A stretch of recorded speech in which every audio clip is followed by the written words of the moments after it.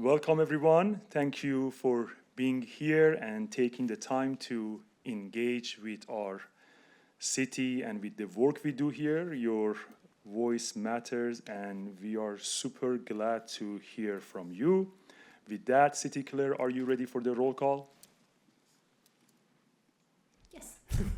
Mayor Malakutian, Here. Deputy Mayor Hamilton, Here. Councilmember Breyer, Here. Councilmember Bhargava, Here. Councilmember Neuenhouse, Here. Councilmember Suma Dewaria, and Councilmember Robinson is joining us remotely.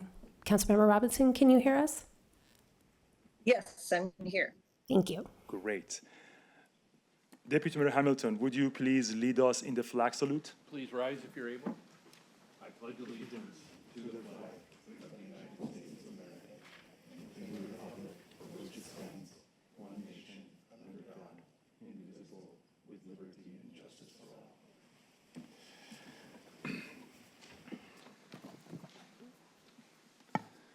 So I want to begin tonight by acknowledging the fear, uncertainty, and concern many people in our community are feeling right now in light of recent federal immigration activities in our region and across the country. Federal immigration enforcement actions are outside the control of local cities. The city of Bellevue does not participate in those activities, and our local police officers do not have a role in federal civil immigration enforcement. What is our responsibility is to uphold our community's values of integrity, respect, and care in the work we do locally. Bellevue remains committed to being a welcoming and safe city, one that serves and supports all who call this community home, including the many immigrants and refugees who contribute so much to our city. We have shared resources on our website at bellevuewa.gov, including a message from our police chief that explains how the Bellevue Police Department operates in relation to federal activities. Our officers and emergency responders are here to keep people safe and to help in times of need. If you are experiencing an emergency, please do not hesitate to call 911. We will continue to support our community through the services we provide and through our commitment to keeping Bellevue safe, inclusive, and welcoming.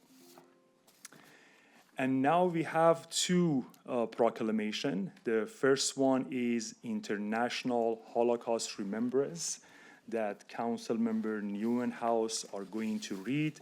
And then we have Regina Friedland here to receive that. Councilman Neuenhouse, please. Thank you, Mayor. So whereas January 27th marks International Holocaust Remembrance Day, established by the United Nations General Assembly to commemorate the liberation of Auschwitz-Birkenau, the largest Nazi concentration and extermination camp, and to honor the memory of those who perished. And whereas January 27th, 2026 marks 81 years since the liberation of Auschwitz-Birkenau, serving as a solemn reminder of the passage of time and the enduring responsibility to remember and to bear witness. And whereas on this day and every day, we honor the memory of the 6 million Jews who were systematically murdered during the Holocaust, along with millions of other innocent victims, including people with disabilities, political dissidents, and others targeted for persecution.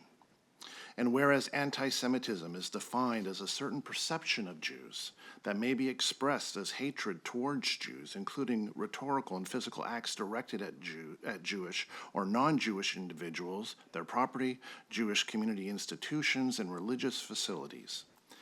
And whereas anti-Semitic attacks are on the rise and represent an assault on the humanity of all people, underscoring the urgent need to remember the millions of men and women and children who were killed because of their beliefs and because of their heritage. And to reaffirm our collective commitment to the atrocities, that the atrocities and the genocide of the Holocaust are never repeated.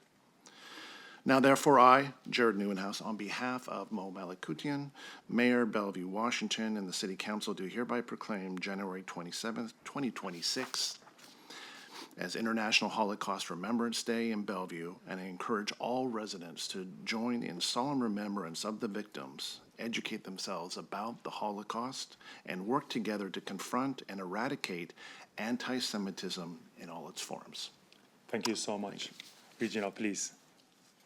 On behalf of American Jewish Committee, AJC, we want to thank Mayor Malakutian, Bellevue City Council, and especially call out Council Member Jared Neuenhouse for your proclamation and recognizing the importance of marking International Holocaust Remembrance Day. Today we remember 6 million Jews and the millions of others Hitler deemed worthy of elimination, murdered by the Nazi regime.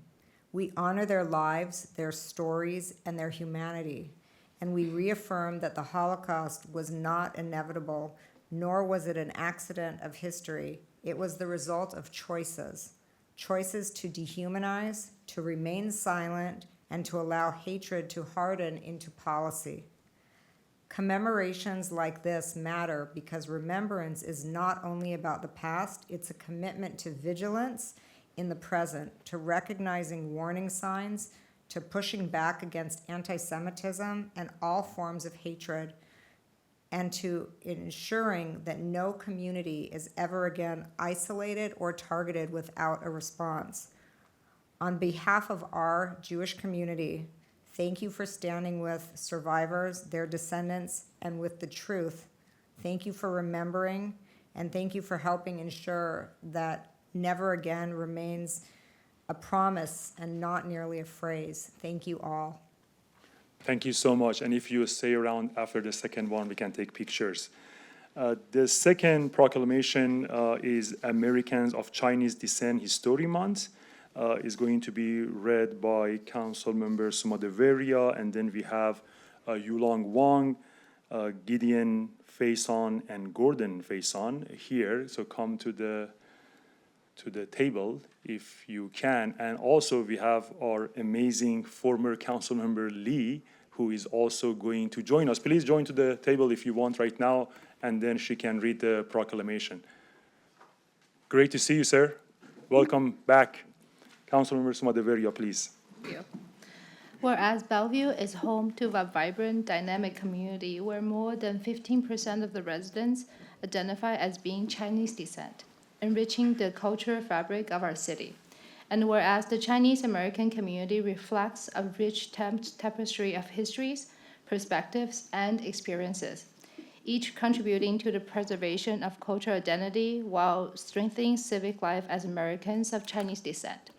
And whereas in May 2023, Governor Jay Inslee signed the legislation formally recognizing January as a time to honor the invaluable contribution of Chinese Americans and Americans of Chinese descent to the history and heritage of Washington State. And whereas Washington is the only state to designate a month-long commemoration honoring its Chinese American community, reflecting a commitment to its inclusion, visibility, and recognition. And whereas in reflecting on the experiences of Chinese Americans, it is important to acknowledge the challenges they have faced, including historic mistreatment and exclusion, while also celebrating their resilience, achievements, and enduring contributions to the society. And whereas Bellevue's strength lies in its diversity, and the city proudly embraces the rich cultural heritage and the vital presence of Chinese Americans, whose legacy continue to shape Bellevue's past, present, and future. Now, therefore, I, Claire Suma Deveria, on behalf of Mo Malakutian, Mayor of Bellevue, Washington, and the City Council, do hereby proclaim January 2026 as Americans of Chinese Descent History Month in Bellevue and encourage all residents to take this time to reflect upon and re-celebrate the profound impact, accomplishments, and cultural contributions of generations of Chinese Americans, including recent immigrants, as we honor their enduring influence in shaping our community. Thank you. Thank you, Councilmember Suma Deveria. Welcome back.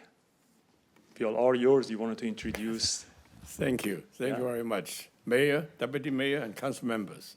It's really a pleasure to be here to attend this meeting.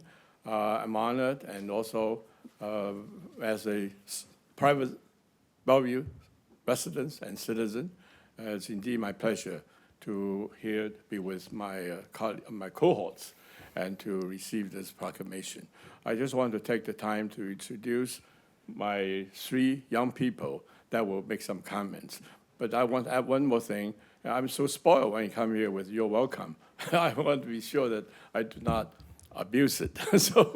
But I hope that we can continue. And as I mentioned, it's really a great city, and I missed it a lot. But at the same time, I think as a private citizen and residents, I would intend to stay active and be productive to help everyone in the city. So thank you very much. So go ahead, starting with you, right? Okay.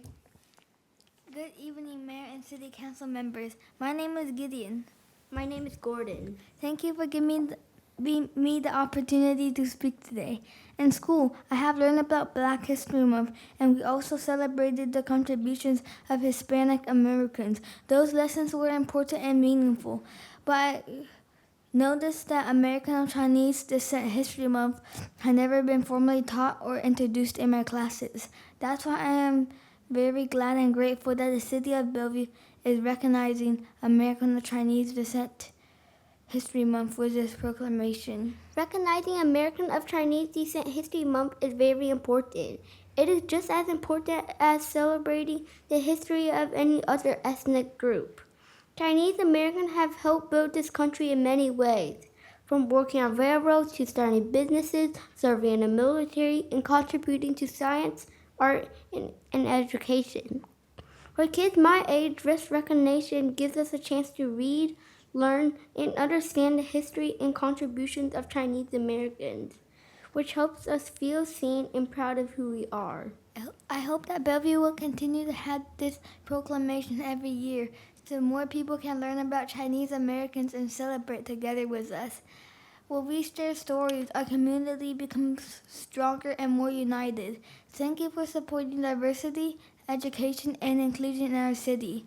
I really appreciate this opportunity to speak today. Thank you. Thank you. Thank you. Are you going to? Yeah. Yeah, please, go All ahead. right.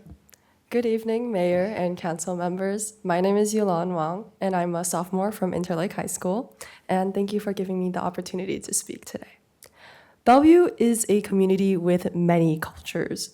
Chinese Americans have played an important role in the country, from building the Transcontinental Railroad to enduring labor exploitation and the Chinese Exclusion Act. These contributions and experiences are a part of American history, yet they are often overlooked. For these reasons, the city's decision to have and issue a Americans of Chinese Descent History Month proclamation is especially meaningful. I hope Bellevue will continue this proclamation every year so this recognition becomes a lasting part of our city's civic tradition. As a second-generation immigrant, I have seen how limited education about the history of Americans of Chinese descent can weaken young people's sense of identity. Without learning this history, students often struggle to understand their background and feel connected with their cultural roots. Outside the Chinese American community, awareness is often limited, and Chinese culture is sometimes reduced to stereotypes rather than deeper understanding. Recognizing Chinese American History Month helps address this. It allows students to feel pride in their identities and encourages all residents to learn from one another. By continuing this proclamation each year, Bellevue sets an example of inclusivity and leadership. It creates opportunities for residents to learn, reflect, and celebrate together. Thank you for your time and consideration. Thank you so much. And now we are going to come down and take a picture with you all.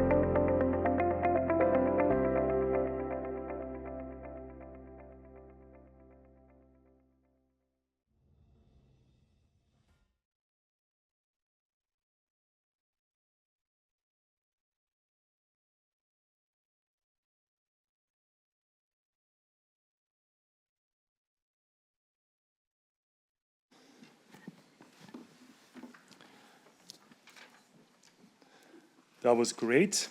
Do I have a motion to approve the agenda? Move to approve the agenda. Second.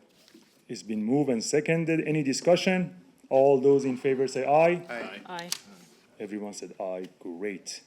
Oral communication, city clerk, are there any speakers signed up to provide oral communications? Yes, thank you, Mayor. This evening, there are 9 speakers on our pre-registered list. So before I start calling names, I'll go over a few of the rules that the council has in place. So the total time of oral communications is for a period of no more than 30 minutes, and all topics must relate to City of Bellevue government.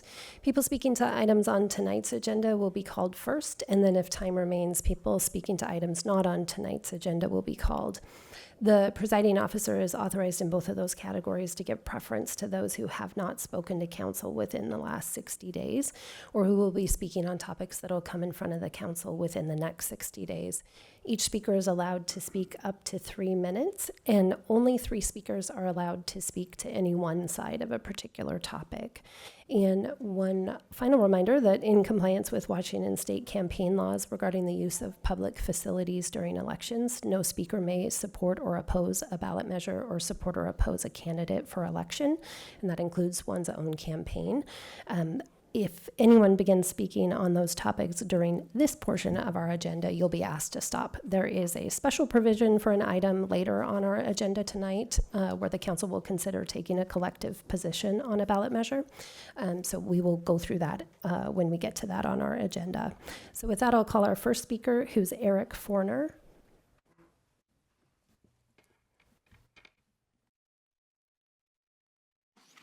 Welcome. Please sit there. Yep.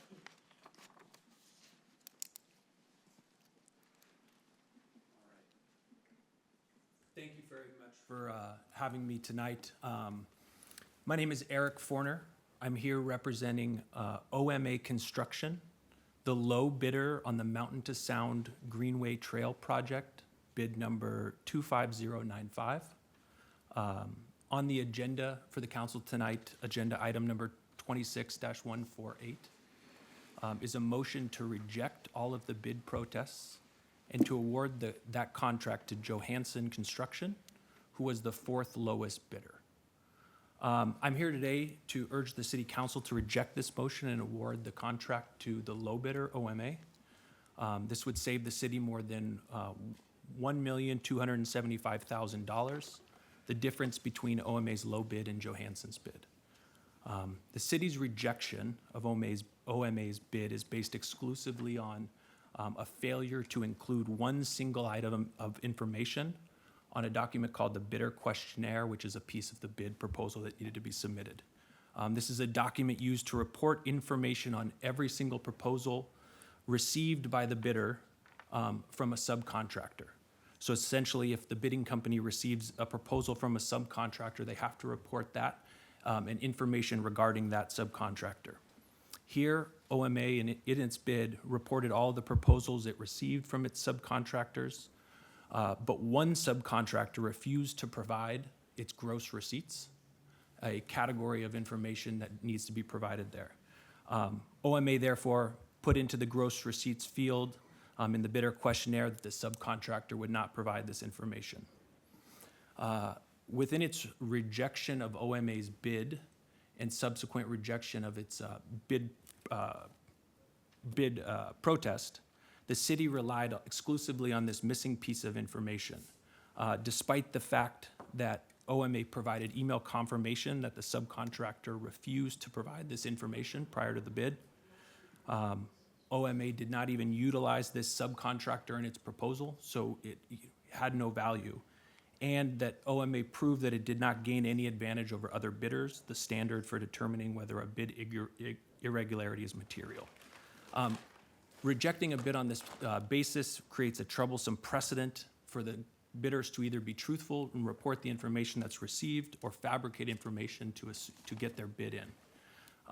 In the limited time that I have left, the city has also reinforced its position because of this project's federal funding. However, the equal opportunity specialist from the Secretary, from the Office of the Secretary of Transportation for the federal government, has provided guidance that the federal requirements are no longer going to be enforced because of executive orders from the current administration. Thank you so very much, council Thank you. members. Thank you. Our next speaker is Arlen Nordhorn.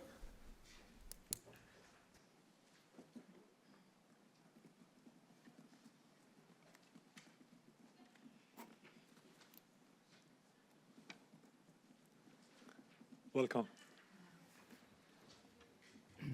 Good evening. Good evening. Firstly, Councilman Newhouse, my wife and I are both first-generation immigrant family, and our family was directly impacted by what you had to say. I was amazed. Thank you. Okay. My name is Arlen Nordhorn. This is my wife, Frida. She also happens to be my caregiver, and we are residents of Bellevue and Lakemont Woods since 1990. And I would like to discuss with you tonight the city of Bellevue establishing some assistance programs for 100% disabled veterans. And I hear some talk today about our country and our city, and a lot of states have programs or cities for 100% disabled veterans. Now, I don't know if any of you people are veterans, but in the scheme of things, there is a veteran, there's a disabled veteran, and then there's a long process of disability where you become a 100% disabled veteran. People who are impaired immensely. And if you've ever been to the VA hospital in Seattle, you see tens of thousands of people a day that go through the system. And Bellevue is perhaps one of the most affluent cities in the country, if not in this state. And I talked to some people about utility relief or whatever relief the city has control over, that they would consider establishing some programs for guys like me now. I'm 87 and I'm 100% disabled vet, and it means a lot. And I don't think there are a lot of us in this city, because I don't think they can live here. They can't afford to live here, yeah? And I would say that Lisa is on your staff, you know her. She's been so supportive talking to me. And I'm getting emotional, so anyhow, if someone would like to have us work with your staff or work with the city, I could get the Veterans of Foreign Wars or Disabled Veterans Associations to work with the city on establishing all kinds of programs. Just because you're disabled 100% vet, that's the only qualification you would need. Anyhow, thank you so much. I appreciate it. Thank you so much for being here and sharing. Thank you. Thank you. The next speaker on our list is Michael Huffman.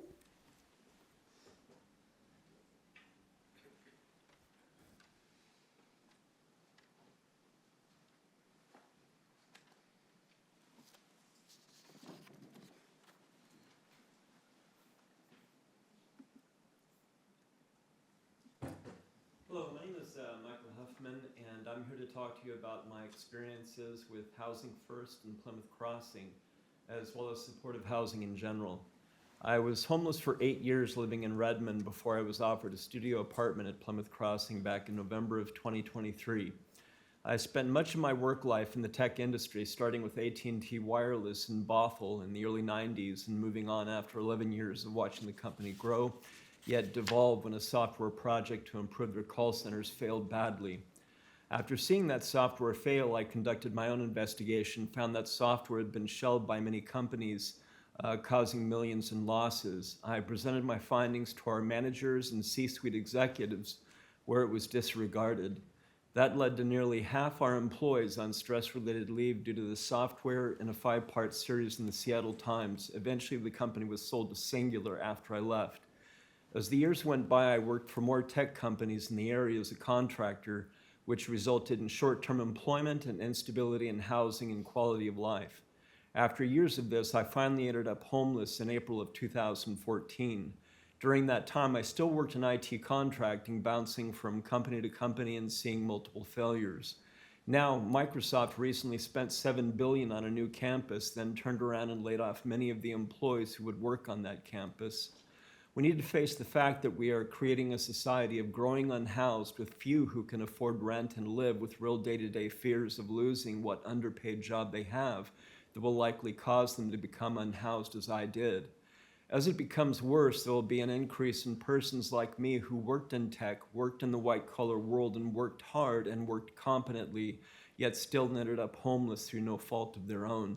I understand that institutions like Discovery Institute and Jonathan Cho and the website Factoria's Gone to Hell will try to place the blame on the poor and disenfranchised.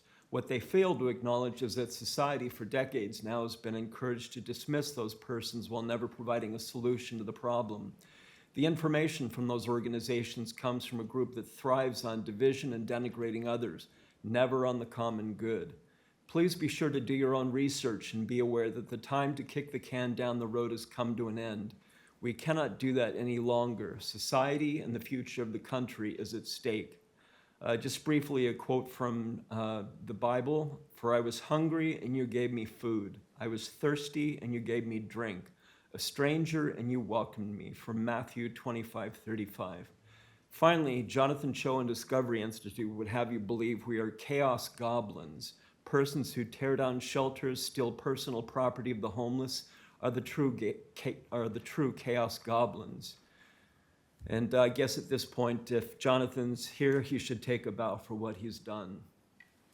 Thank you for your time. Thank you, Michael, for sharing. Thank you. Our next speaker on the list is Lisa Pierce.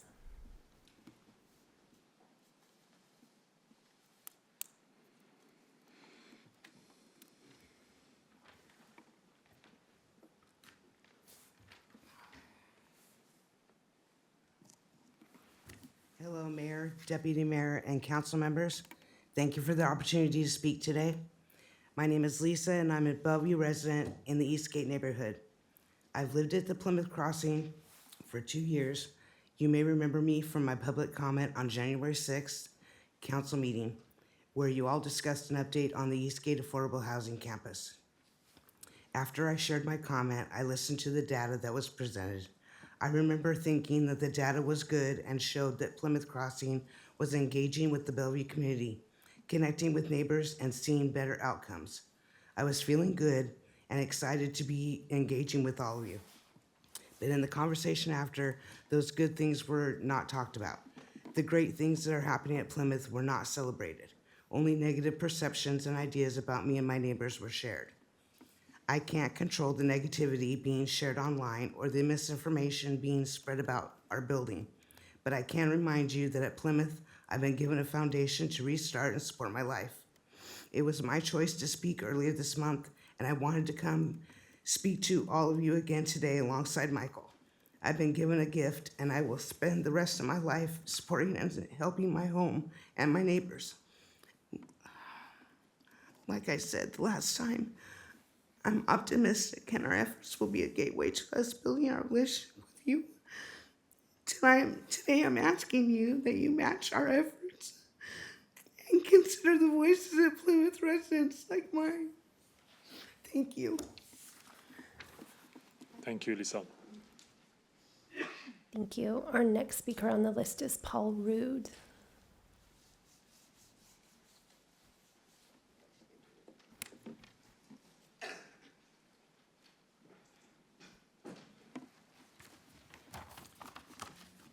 Thank you, Council. Noise pollution is the top quality of life issue in Bellevue. The 7 of you are the only ones that can affect noise regulation and enforcement. Your instrument appears to be a resolution and a red line of the noise regs, so I've prepared a resolution and a red line for you. I will post them along with the noise data that I prepared for you earlier on written communication site tomorrow. Updates to the BCC 9.18 include a ban on some gas-powered lawn equipment, including leaf blowers, seasonal ban on all leaf blowers, limit noise hours in residential zoning to 60 hours per week, restore a city official whose focus is on environmental quality, and provide some very specific criteria on which police can enforce noise. Council, when you act on noise reduction, hopefully next Tuesday, several things. You must get input from outside these four walls. City staff do not have expertise on the physiological, sociological, or medical impacts of excessive noise on childhood development or adult health, nor do they have technical expertise on noise quantification and reduction. In particular, this can't be done in development services due to the obvious conflict of interest. May we please have ordinances that limit noise without concessions to contractor profit margin, business size, do-it-yourselfers, moonlighters, or low-income people. Excessive noise imposed into our homes is offensive no matter the source. Lastly, I'd like you to make yourselves aware of the number of noise complaints coming in. I understand that noise complaints directed to council members I bypassed directly to staff where they evaporate. I will attach a link to a list of cities that have already acted to restrict or ban gas-powered lawn equipment due to noise pollution and air pollution. This includes Seattle, Portland, and many cities in California. Some will argue that noise limitations make yard care more costly, rightfully so. Noise imposed on me by a neighbor who wants an immaculate yard is a displaced cost. Noise regulations puts the true cost of yard vanity on the owner of the yard and takes the noise cost off of me. Noise regulations could be considered as a business opportunity for yard crews who could now charge more. I'm a do-it-yourselfer and have maintained my home for 35 years within the 60 hours per week. This is a very reasonable limitation, Council. Thank you. Thank you. Thank you. The next speaker on our list is Liz McKinney.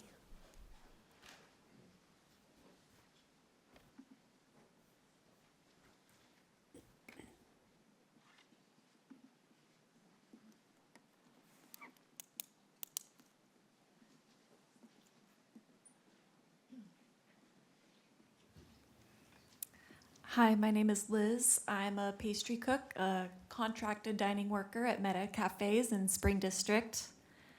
Last July, me and a majority of my coworkers publicly informed the company of our decision to form a union. I have spoken about this with many of you before. You already know that Meta has been pushing back against our efforts to unionize and that they have refused to acknowledge a majority decision. You have been sympathetic when I have spoken about the harsh conditions we work through, about the layoffs that affected many of my coworkers, and about the struggle to pay rent as we face rising costs of living. But despite your sympathy, you have refused to act. We asked you to sign a letter voicing your support for dining workers, and all but one of you refused. We asked you to host a public forum, and we were denied. And we invited each of you to join our picket protesting the anti-union campaign at Meta, and you looked the other way. Right now, I have coworkers afraid to drive to work because they know they could be stopped by ICE. And if ICE shows up at our workplace, we have no guarantee from Meta that they would be denied entry.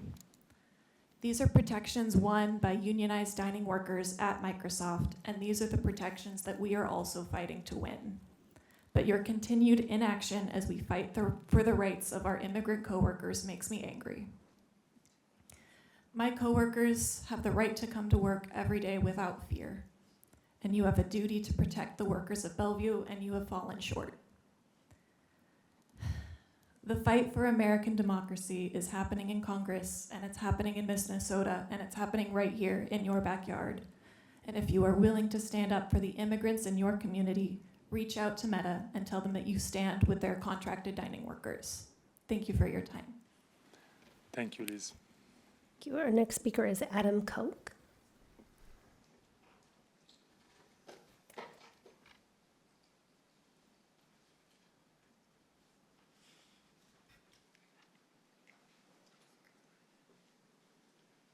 Welcome.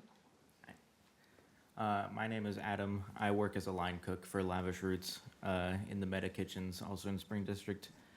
And every day at work is an upward battle where you have tons of broken equipment, all of which are causing major safety hazards. We have hood vents for our ovens and our grills that are not properly filtering out pollutants, and we've had one worker who is hospitalized because of that, and we have many others who are having carbon monoxide poisoning symptoms. And in my kitchen, whenever somebody's using the grill, the entire back of house is all smoked out. And so we're forced to work constantly in, a smoke-filled room, just breathing in the grill smoke. And Lavish continues to punish us for calling out sick. If we don't have sick time, they don't accept any doctor's notes. They give us points, and if you get too many points, you get fired. So our coworkers are simply getting fired for being sick, which is just not okay. These working conditions are a small fraction of why we've been openly organizing our union since July, and Lavish has continued pushing back and making people scared to speak out, with a large portion of that being our immigrant coworkers. We've been organizing to try and create more protections for our immigrant coworkers, and winning this contract will allow us to fight for the same immigration rights that Microsoft already has.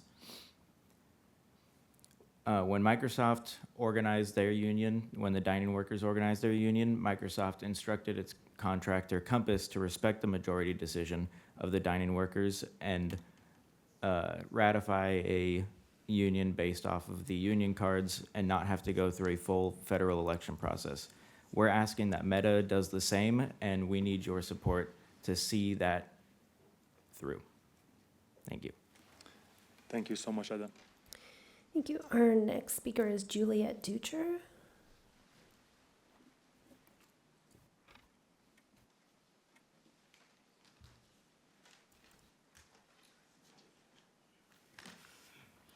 Hello, my name is Juliet Dutcher. I also work for Meta. Lavish. I've been with the company for 7 years, cooking. Sorry, I'm here to ask for your help again. I was here a couple months ago talking to a few of you, and me and my coworkers are at a point of our trying to fight for the union, and many of us are working with lots of pain with our hands, our backs, our knees, even our mouths, meaning we can't afford the dentist. For me to get one hand with my carpal tunnel, it cost me $2,000 out of my own pocket. It's either me doing that and I don't pay rent and I get homeless. And that goes for many of us that can't afford our insurance through Lavish, that we are, and it's not okay for this to happen.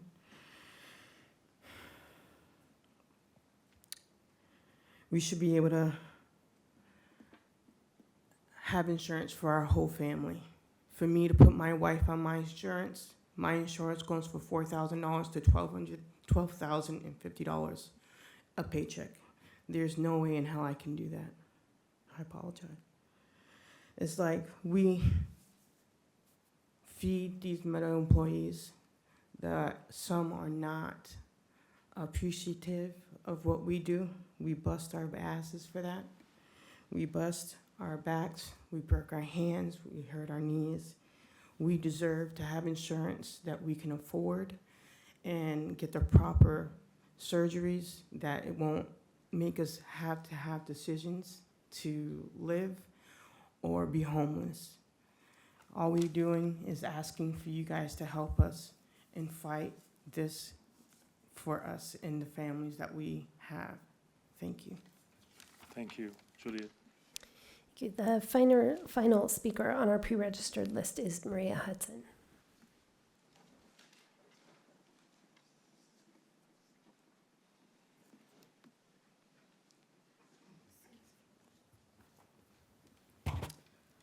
Hi. I was in California with my daughter at my boyfriend's house. He is an officer of the court, civil litigation for more than 30 years. We had to do a 5150 equivalent to an ITA.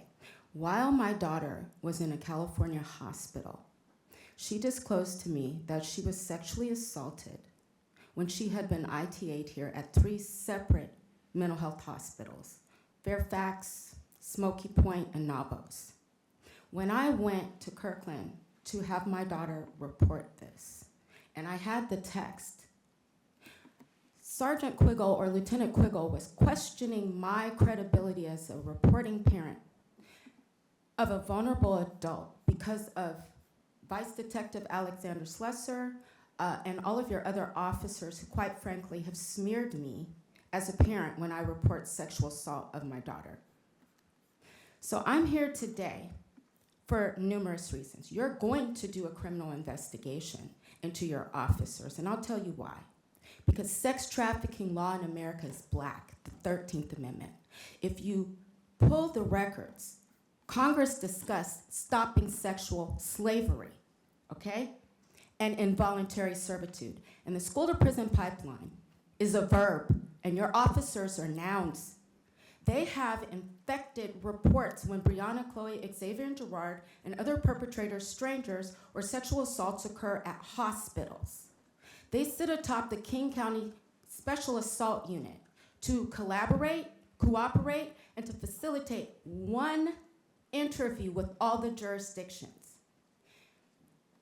John Walsh was not called angry because he told the police that his child was taken or murdered. The white people that got killed by state violence in Minneapolis were immediately smeared. You're going to criminally investigate the Kids for Cash scheme that has been occurring between Bellevue Police Department and Bellevue School District because they have made false reports against me on all manner. False reports of child abuse, false reports of vulnerable adult abuse, even while I was in California with the licensed attorney of the court. Kirkland police spoke to my boyfriend today. The sex trafficking laws need to stop being focused just on immigrants when your original sin is still violating the 13th Amendment with my black daughter and data and demographic. It is not okay for your officers to impede criminal investigations because Quiggle was clearly stating to me that your officers told them that I was not credible. I'm not going to be subject to not being able to protect my daughter because of the criminal actions. Ms. Hudson, your time officers. has expired. Thank you. You need to cause a criminal investigation. Ms. Hudson, your time has expired. With that, I will do one final call out for oral communications. We have space for probably one more speaker. If you would like to speak, please raise your hand. Sorry, did I also see a hand over here? No? Okay. Yep. Ms. Mercer, thank you.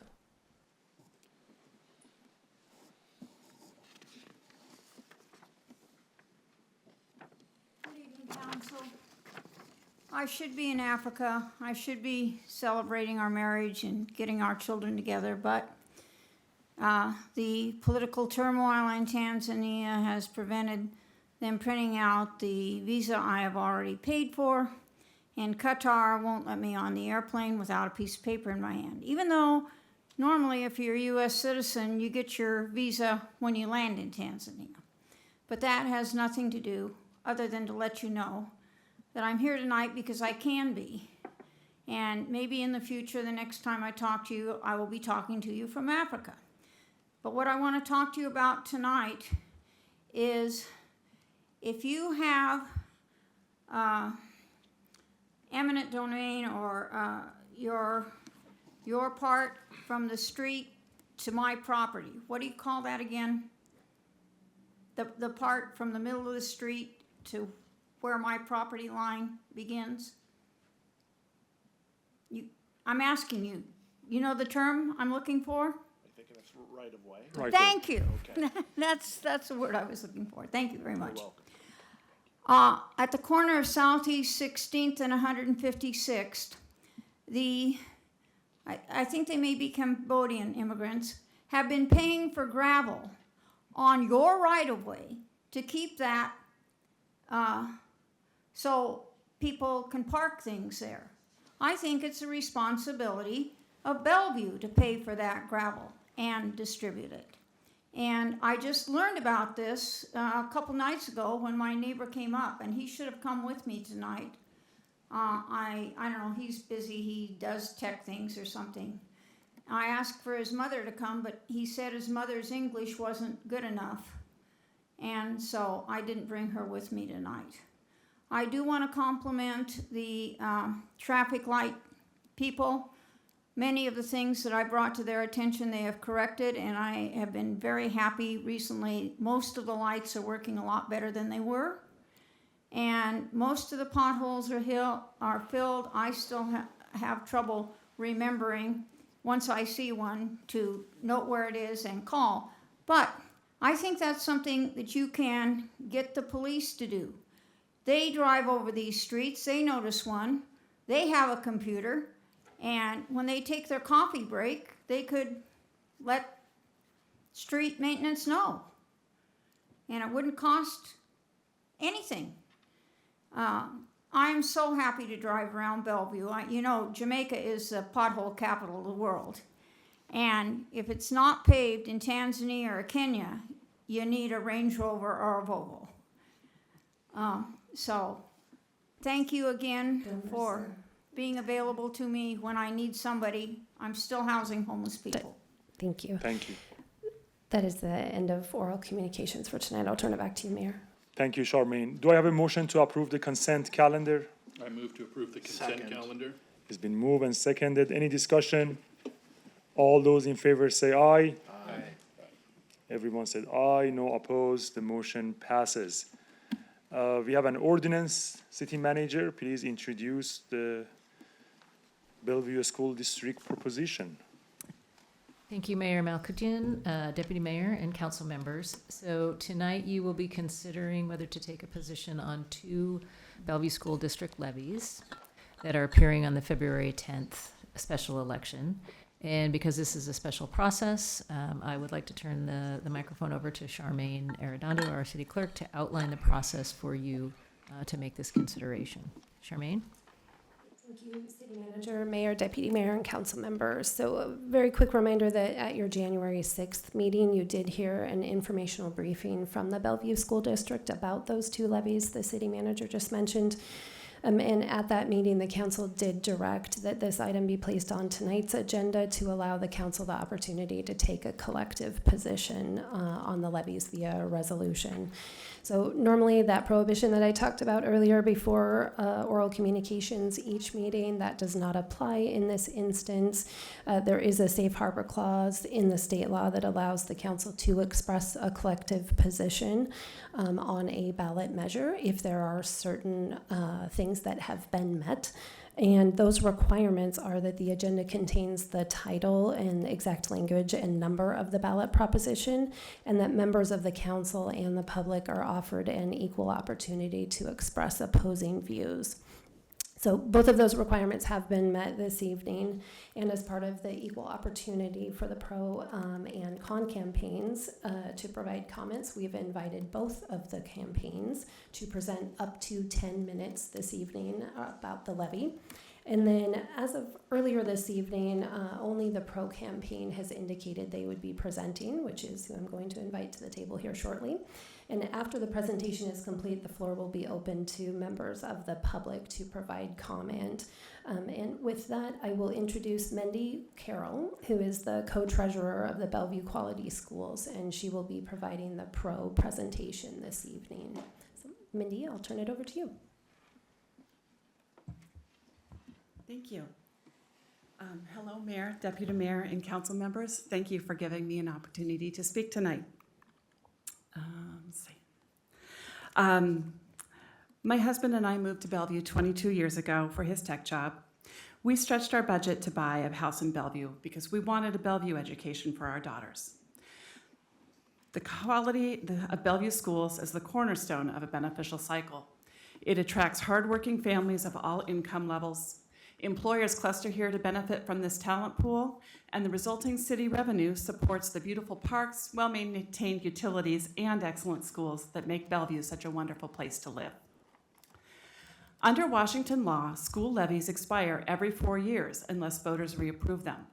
The levies on our ballot in February replace levies approved in 2022, expiring at the end of 2026. This is what happens when you get the assignment at 9 a.m. This is a true replacement renewal levy. The estimated levy rate for the next 4 years is exactly the same as the 2026 rate and actually lower than the 2023 rate.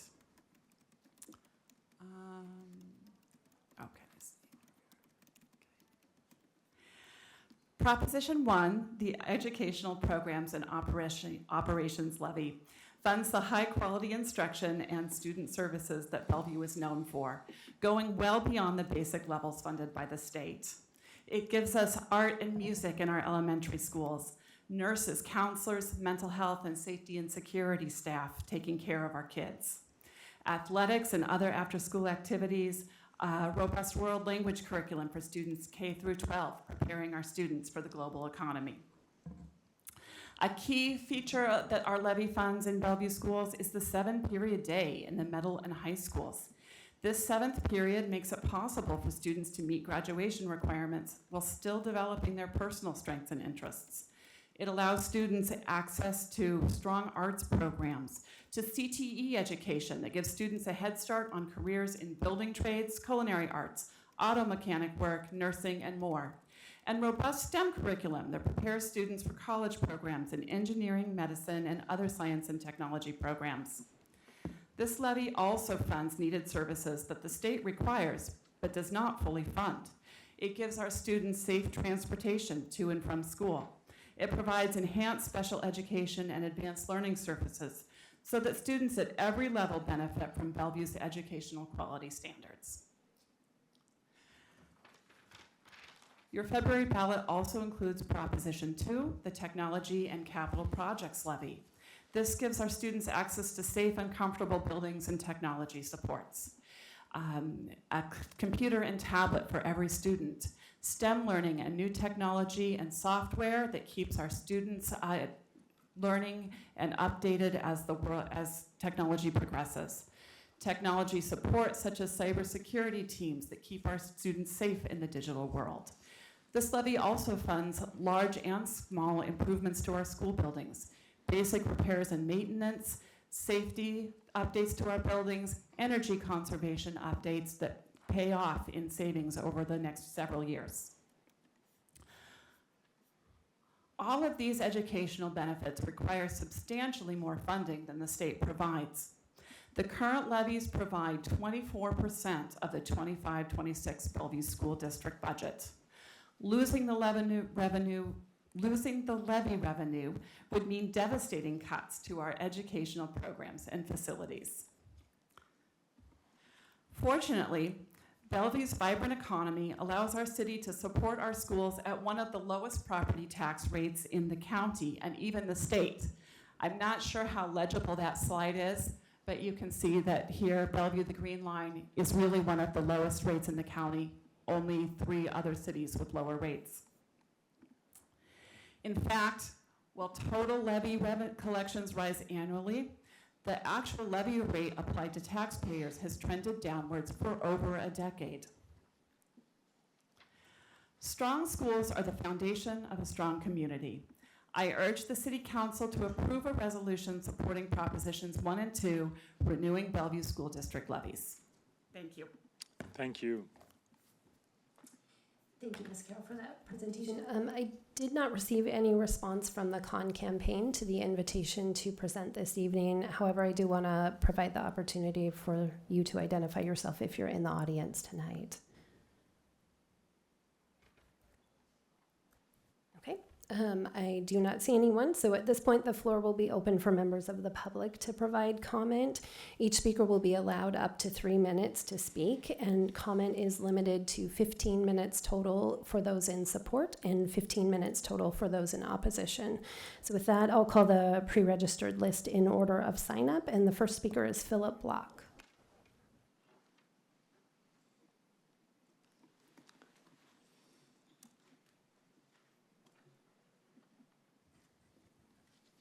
Welcome.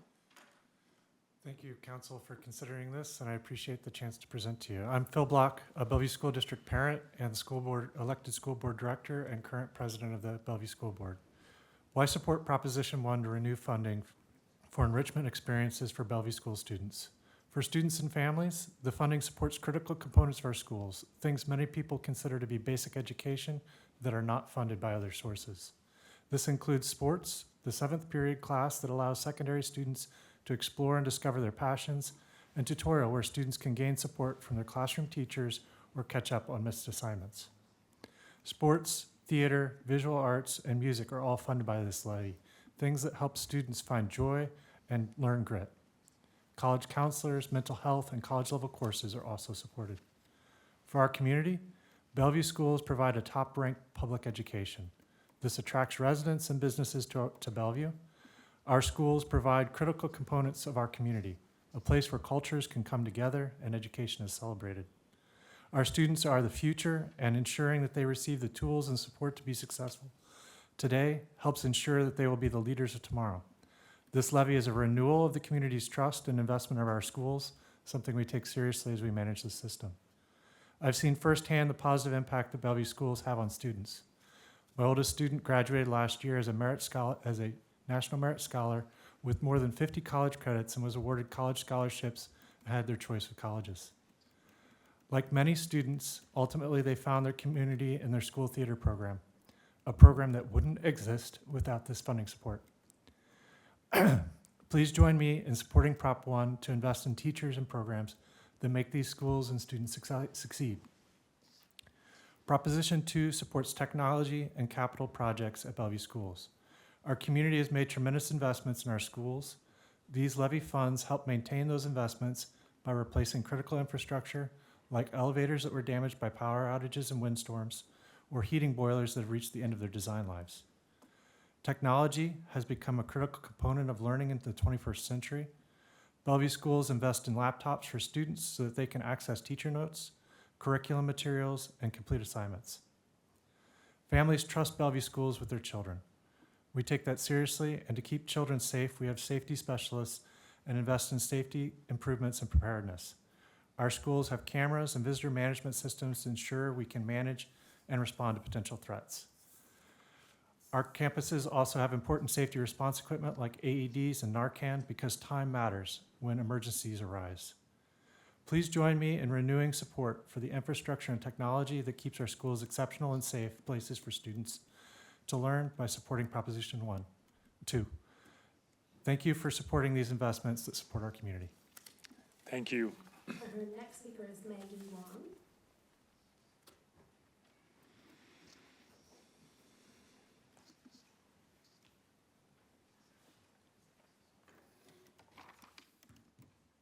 Hello and good evening. My name is Maggie Wong, and I'm here to speak in favor of the Bellevue School District Propositions 1 and 2.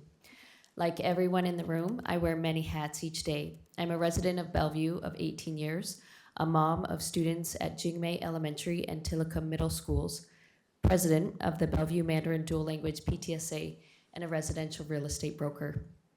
Just last week, the general membership of the Bellevue Mandarin Dual Language PTSA voted emphatically in favor of supporting the 2 BSD 405 school levies. We are a school community built on the commitment to raising world citizens. Language and the arts are the vehicles by which we strive to do so. I grew up in the public school model, where kids go to their neighborhood schools. But when the chance came to be part of the Mandarin Dual Language School Choice Program, my family jumped at the opportunity. It has paid off in innumerable ways, but my favorite moments are the ones where my kids can easily communicate with their Mandarin-speaking grandfather when English is a struggle. A known truth in the real estate market is that sellers set a price, buyers decide their tolerance, and the market is determined by consensus. Age and size of home, lot size, corresponding property taxes, state of disrepair or updates, all of these factors have an impact. There are other, more intangible impressions that also influence the local housing market: the neighborhood, the schools, and even the road noise. Buyers with children check for quality of schools and the ability to tailor the school experience for their kids. Some of this is by research and some is by reputation. A well-regarded school district absolutely, unequivocally has an impact on not only the desirability of a home in the present day, but also on the ability of that home to maintain its value long-term. Investing in schools is a further investment in homes and neighborhoods. Thank you for your time and consideration of these important levies. Thank you. Thank you. The next speaker is Steve Miller.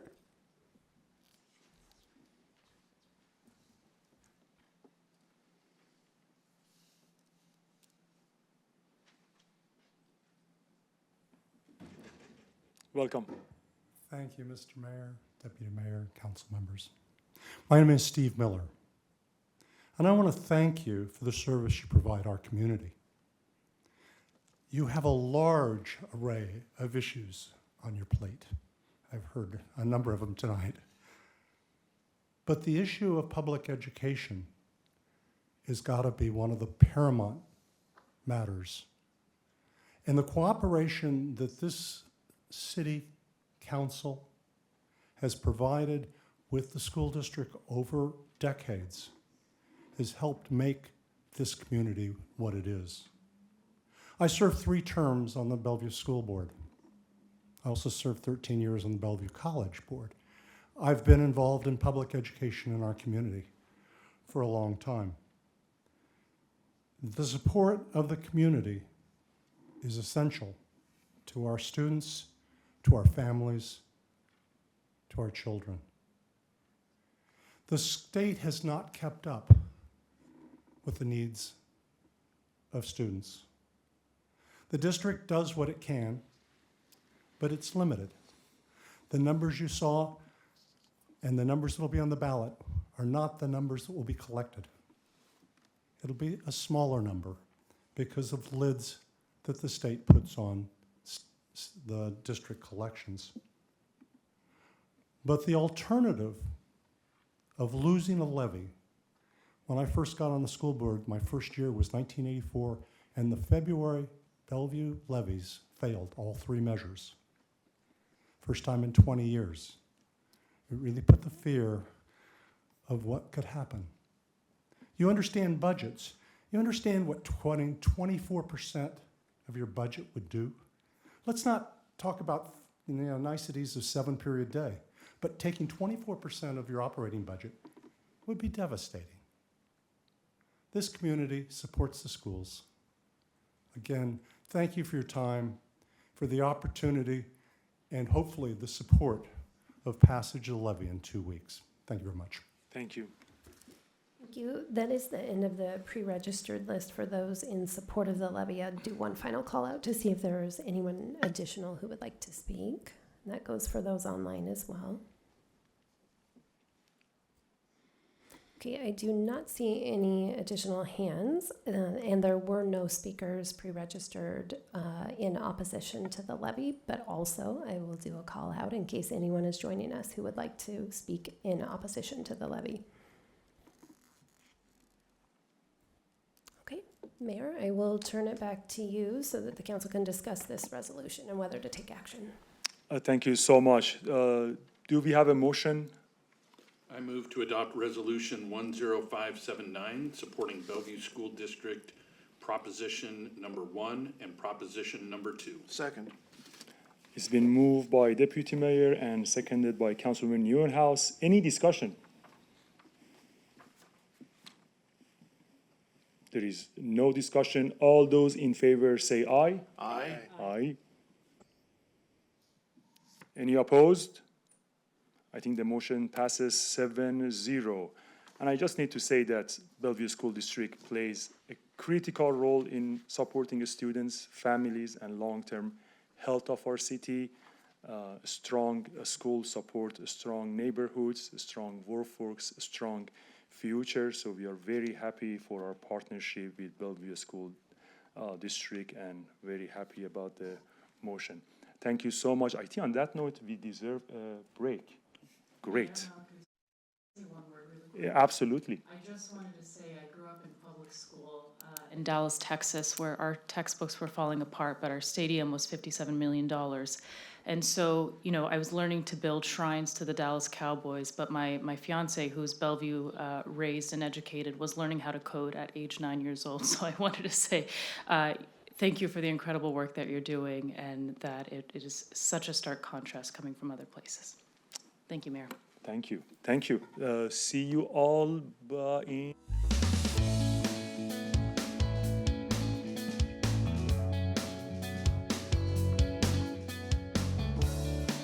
Great. I think we can move to our study session. The first one is Human Service Needs Update. City Manager, please. Thank you, Mr. Mayor, Deputy Mayor, and council members. We have here tonight with us our Parks and Community Services Commission Chair, Angela Than, and our Director of Parks and Community Service, Michael Shiosaki, Tony Esparza, our Assistant Director, and Ruth Blah is in the audience. She's our Human Services Manager. They're here tonight to share some information and data from the 2025 needs update and also the Commission's recommendation for funding to the Council. And before they begin, I would like to take a moment to recognize Mr. Shiosaki. This is his last presentation to the Council. We have been so fortunate to have Michael in this role for the last 6 years, and he is retiring soon. He's brought passion for parks and community services, incredible stewardship, excellent public service, and that leaves a legacy both for our community and for his colleagues here. He's a leader that brings inspiration both within the department and also has been a champion for our One City approach to leadership. And we so greatly appreciate it. I want to thank Michael and, of course, wish him the best in his future endeavors. And with that, I will turn it over to him to begin the presentation. Thank you so much, City Manager Carlson, and I'll just say it is a pleasure to be here this evening. Good evening, Mayor, Deputy Mayor, and members of the City Council. So tonight, we bring for your consideration the preliminary human services funding recommendations for the 2026-27 biennium. And we ask you to consider directing staff to prepare a resolution approving the Human Services Commission's percentage allocation recommendations and a contingency plan for 2027-28. So tonight we will cover two related important topics. So first, the Human Services Needs Update, and that portion of the presentation is information only. As I think you know, every 2 years, the Parks and Community Services Department conducts an extensive assessment of the human services needs and issues affecting Bellevue's most vulnerable residents. This is responsive to the role in the comprehensive plan as educators and planners. And this data supports decisions across the city and within the community. In addition, tonight, we are bringing recommendations from the Human Services Commission on how to allocate human services funding for the next biennium. Your direction will guide the Commission as they review funding applications, and it will streamline the entire funding process, provide transparency, equity, and efficiency. I now hand off the presentation to Assistant Director Tony Esparza. Thank you so much, Director Shiosaki, and thank you for the privilege of serving under your leadership for the past 6 years. So we will start, as indicated, with the data from the Human Services Needs Update. So first of all, I'll talk to you about how we gathered data. This data was gathered in early 2025 when we were at a turning point and still remain there, one of tremendous growth, but also widening inequities and human services needs. More than 700 individuals contributed to this report. We gathered data via surveys, subject matter expert interviews, focus groups, and also provider surveys. We focus on extensive outreach to make sure that we engage those that most need the human services system and to engage voices that frequently are not included. We tabled at community events at Crossroads Mall. We also distributed the survey via the school district and community partners. The data in this report is truly representative of the needs and voice of Bellevue residents. 79% of the survey respondents live in Bellevue, and all 62 providers surveyed serve Bellevue residents and are contracted with us for those services, so we are hearing that voice. In addition, the survey respondents came closer this year to meeting the demographics of those who use human services. More than 20% of respondents identified as Hispanic or Latino, 24% as Asian, 15% of survey respondents indicated they are disabled, and 12% identify as LGBTQIA2S+. We're going to talk in a little bit about the data we heard on service needs, but first want to talk about some cross-cutting themes we heard across every single area of need. The first of those are culture and language barriers and how our residents are struggling to get access to services that meet their needs in this way. In addition, other access barriers such as transportation, long wait lists, or a digital divide. We also heard across all areas about provider strain, how funding cuts are coming while need is rising, and clearly those two things do not pair well, making it difficult to recruit and retain staff and keep services at the level even currently in existence. We also heard from both providers and residents about stigma and mistrust, and that stigma can come from within our own community. It can also come from an originating community and just a growing sense across the community of a concern about who can be trusted with a vulnerable part of your life. The challenges are interconnected, and addressing any one issue in isolation will not be enough. This is a statistic we track over time. We ask our residents about their ability to access services when they need them. These are actually two separate statistics that we track. Our residents indicated that approximately 54% of respondents could get access to services when they needed them. Separately, we ask if they can get access to services that meet their culture and language need, and again, about 54% indicated that they were able. While the statistic is the same, it is tracked separately. But what this means at the end of the day is that we have Bellevue residents in need of help who want help and can't get it. These are the 9 areas of need that we will be talking about that the data pointed to this evening. We'll go in depth on each one, but full data is in the report. Clearly, we are going to stay at a pretty high level, and the full report can be found on the City of Bellevue website. To start with, the 3 top areas that we heard about, and we heard that they are critical to sustain the actual physical safety and the lives of our residents, are financial assistance, food and basic needs, and shelter. And so in summary, it's keeping a roof over people's heads and keeping them fed. And at a time of critical need, rising need, and funding cuts, that a focus on the actual safety and life of our residents is paramount. The first area that we'll focus on this evening is shelter. Homelessness is on the rise across King County and Bellevue. In addition, chronic homelessness has grown. It now represents more than half of all cases. And this is a change from a time when someone might enter homelessness and anticipate to be able to regain stability. It is now taking years to gain access to housing and to exit homelessness. In addition, Bellevue itself conducted a 3-day count of people living in their vehicles and found approximately 123 people here in Bellevue, and approximately 40% of those were children. The numbers are growing across the county. 16,800 people in a given year are experiencing homelessness. And here, localized to Bellevue, the number of children experiencing homelessness is also at a very high rate. Most recent school year was 651 students, which was more than 3 times as many as in 21-22. And it's important that we understand the rippling impacts of homelessness or being unsheltered.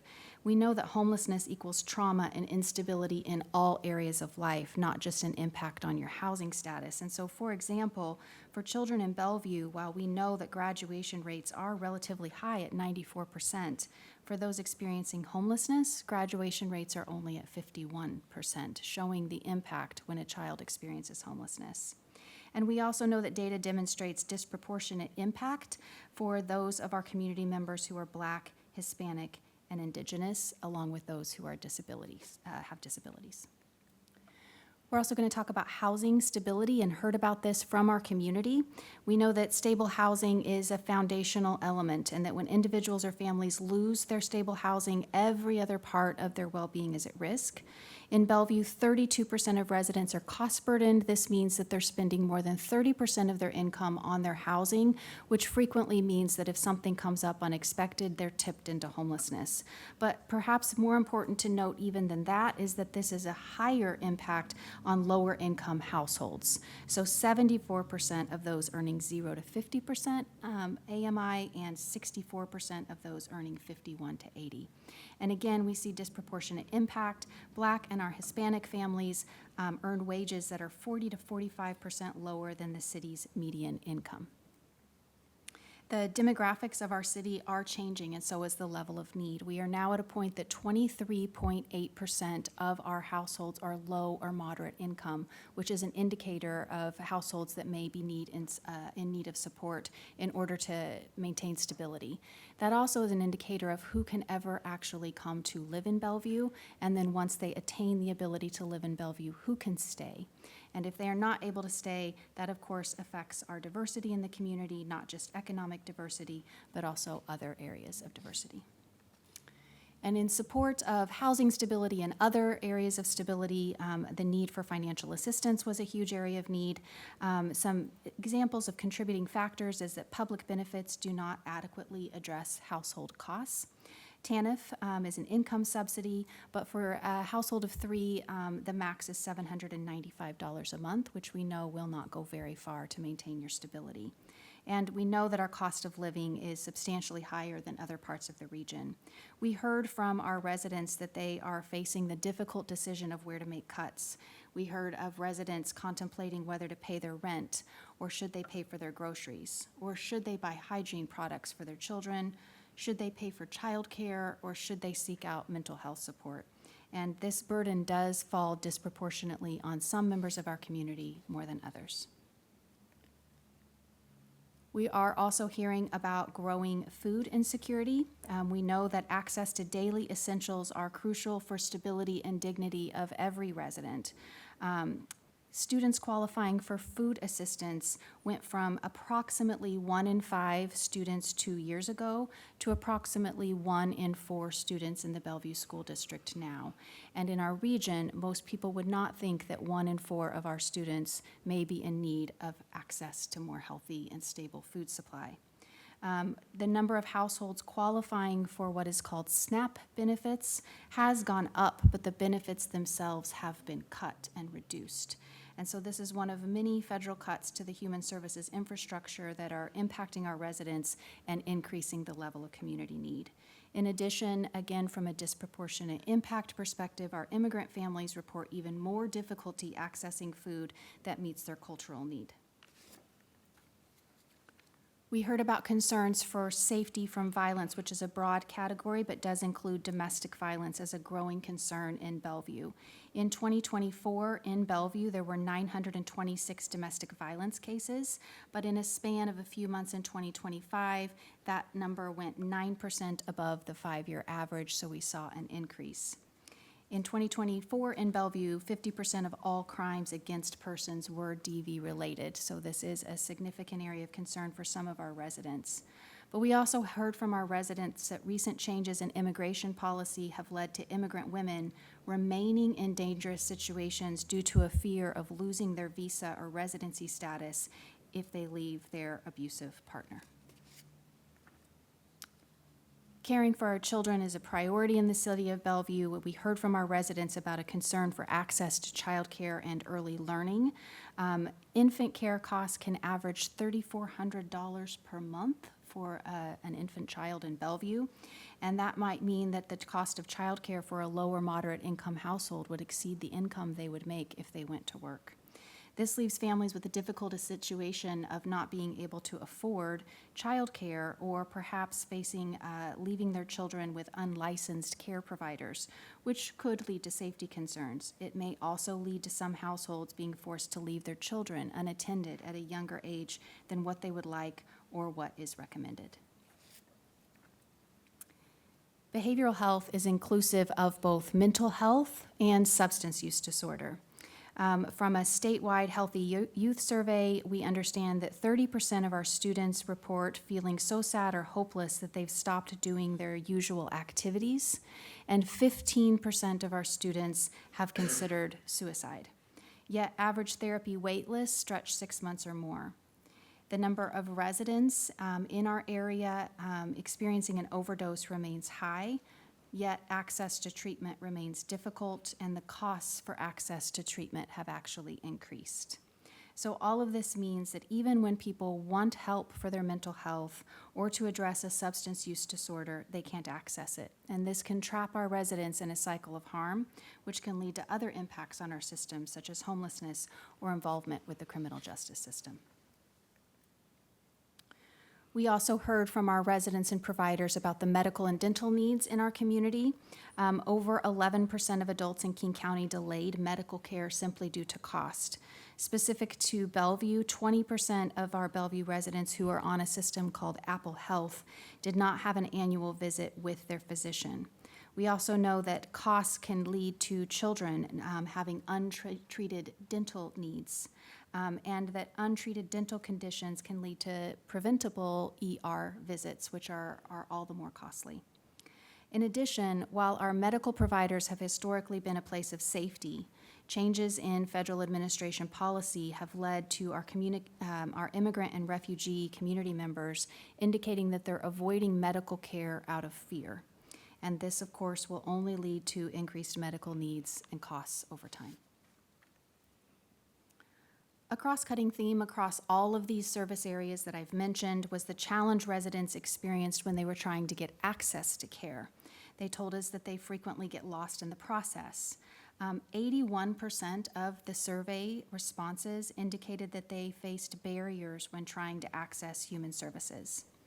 With immigrant and refugee communities making up 40% or more of the Bellevue population, we know that that represents a need for support in navigation, support in accessing legal services. These are community members who add to our community's strength and brilliance, but the demand for services to support them has rapidly escalated. In addition, case managers indicate that they are stretched incredibly thin, risking service continuity gaps. And finally, we also heard loud and clear from Bellevue residents and providers that equity and safety are not side issues. They're core issues to our community's health and well-being. Residents of color, LGBTQIA, immigrant, and disabled residents still face systemic barriers. Hate crimes are known to be underreported. That being said, there was 112 hate crime incidents reported recently in King County in a given year, and 15 of those were in Bellevue, and they disproportionately impacted our Black, LGBTQIA, and immigrant community members. In addition, disabled residents also face barriers across all systems. 223 of the housing discrimination complaints in a recent year were related to disability and barred access to housing. As Bellevue celebrates our diversity and our strength, it's imperative that we build out a system that makes our community supportive and sustainable for our diverse residents. Our human services providers across the continuum are working to increase their responsiveness to identify unique needs and make adjustments in time, and this is called being culturally responsive.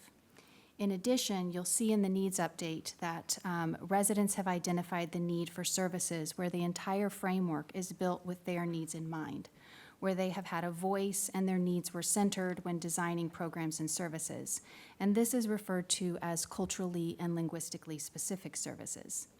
Expanding access to culturally and linguistically specific services benefits the entire community. All of our agencies that we contract with in Bellevue are required to serve all residents. So investing in culturally and linguistically specific programs does not decrease access for anyone. Rather, it may increase access for residents whose culture and language needs are not being adequately met, and thereby expands the safety net for all Bellevue residents. And if I could share a specific example, I myself have a hearing disability. And when I seek out support for my disability, I can go to someone who cares deeply about my needs and has offered me support. But frequently, when that person does not have a hearing disability themselves, they offer me solutions, and unknowingly, those solutions don't actually work for my disability. When I've received support from someone who also has a hearing disability, they know the nuance of my needs. They know what support will meet my needs, and thus I'm able to walk away feeling heard and actually have my needs addressed.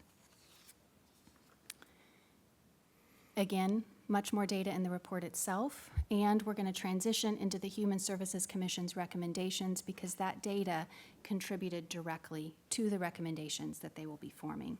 And this is where we will be seeking your direction this evening.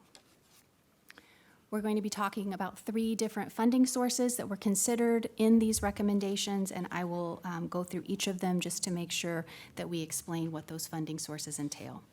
The first of those is the city's Human Services Fund. This is general fund dollars. We estimate for 2027 that will be approximately $4.8 million, and these dollars can be used for any type of human service within the human services continuum. There's not a restriction to a particular type of service. The next is funding from our Housing Stability Program. This is a council-adopted 0.1% sales and use tax. Tonight, we will specifically be talking about what the council adopted within the framework that 15% of those funds be set aside for behavioral health and housing-related services specifically. We'll also be talking about funding from the Community Development Block Grant. This has always been a fairly predictable source of funding. There is some uncertainty around this funding at this time, but we are including it in our considerations in anticipation of the possibility of funding in the future. Tonight, we'll be talking about specifically 15% of that funding that HUD allows to be used for their term as public service, which essentially means human services. The commission and staff are guided by your policy. So there is an entire human services chapter in the comprehensive plan. I would tell you that the council should feel very proud of that. Many jurisdictions do not have a human services chapter in their comprehensive plan, and it provides extensive guidance and commitment to those in our community. Also, strategic target areas. This body of work falls under the Thriving People and Communities strategic target area. You've also adopted council priorities, 2 which touch on this work, 1 related to equitable access to human services and 1 related to homelessness. In 2024, you also adopted a strategic plan that provides guidance on this investment, and most recently, the Diversity Advantage Plan, and of course, the data from the Human Services Needs Update. And with that, I'm going to turn it over to Chair Fan from the Human Services Commission to discuss the Commission's recommendations. Good evening, Mayor, Deputy Mayor, and council members. My name is Angela Fan, and I serve as the chair of the Bellevue Human Services Commission. Thank you for the opportunity to be here. I want to start by naming that this was difficult, and I say that intentionally. These decisions affect real people, real families, and the organizations that show up for them every day. Knowing this mattered even more as we considered the very real impacts of federal funding cuts and the growing uncertainty for service providers. We ultimately centered our recommendations on 3 critical needs: housing and shelter, financial assistance, and food access. These are not abstract categories. They are the difference between stability and crisis for many residents. Together, these areas now account for just over half of the available funding, reflecting modest but intentional shifts. We also recommend a modest increase in support for fostering well-being, recognizing that barriers related to language access, cultural responsiveness, and stigma consistently surfaced in their needs updates. These issues cut across systems and directly affect whether residents can even access the help that exists. To make these adjustments, other areas saw slight decreases. Importantly, the Commission was also very intentional about maintaining overall funding stability. In a time of federal cuts and uncertainty, minimizing disruption for service providers felt like a responsibility, not a convenience. This is for the allocations. I don't have that. So this is also a commission recommendation that I'll invite Chair Fan to chime in on. In addition to the percentage allocations for service areas, the commission also adopted 2 targets related to what we mentioned in the data as disproportionately impacted communities. So these targets set an investment goal across all service areas. Youth were a priority of the council in the last funding cycle, so the commission chose to strategically adopt a target for that area again in this cycle. So the 23% target would represent a goal of cumulative investment of 23% of all funds into youth services. In addition, the comprehensive plan and the human services strategic plan both name the priority of investment in culturally and linguistically specific services. As we consider community need, it's important to note that the demographics represented in the Bellevue community are different than the demographics of those who experience the most need for human services. So as we consider allocations of funding, considering the demographics of need is how determinations were made. For example, 6% of Bellevue residents, actually I believe it's 7% now, identify as Hispanic or Latino. Yet due to systemic barriers within the Bellevue School District in the 24 to 25 school year, approximately 65% of students experiencing homelessness are Hispanic or Latino. Thus, the council adopted a policy in our comp plan and in our human services strategic plan to encourage, invest, and expand access to culturally and linguistically specific services, to ensure those in need of services can access them in a way that respects the dignity and honors the strength that Bellevue's diverse individuals and families offer to the community while supporting them to achieve their self-identified goals. In addition to the percentage allocations, the commission also adopted a contingency plan. We recognize that we were forming our recommendations without actually having applications. Thus, we would like the flexibility of adjusting the percent allocations by small amounts without returning to council, should the applications come in wildly different than what we anticipate. In addition, the commission is recommending to council that should any additional funds become available in the 27-28 biennium, recently when additional funds have become available for human services, it has been allocated to specific areas of focus with the most critical needs. In that regard, the commission recommends that any additional one-time funding be directed to the 3 areas of most critical need to sustain life be the priority: shelter, financial assistance, food basic needs. Finally, the commission emphasized the 2 priority target areas with youth and culturally linguistic specific services. Thank you to Chair Fan, and also thanks to the entire Human Services Commission for their thoughtful deliberations. The Commission followed Council's guidance in making recommendations that are supported both by data and by your adopted policy. As I mentioned, in Human Services, our decisions have to reflect the demographics of those in need, which may differ from the larger community. The needs update that we spoke of tonight provide us with insight on the demographics and experiences of those who use human services in Bellevue. You can see the emphasis supported by data on critical needs that save lives. And you can see the emphasis also supported by data on youth and on our many community members whose diversity makes us stronger, yet who cannot access the services they need to thrive here within our community due to a lack of culturally and linguistically supportive services. The Commission's recommendations are responsive to the voice of the community and the data that we collected. And just as a next step, once we receive your direction, staff will be publishing an RFP, including your percentage allocations, the guidance that you give us.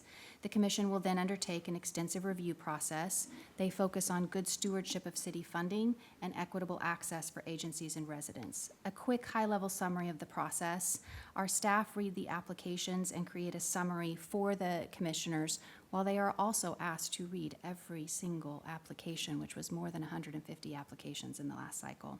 Information that staff highlight in a summary for them is, have we funded this agency before?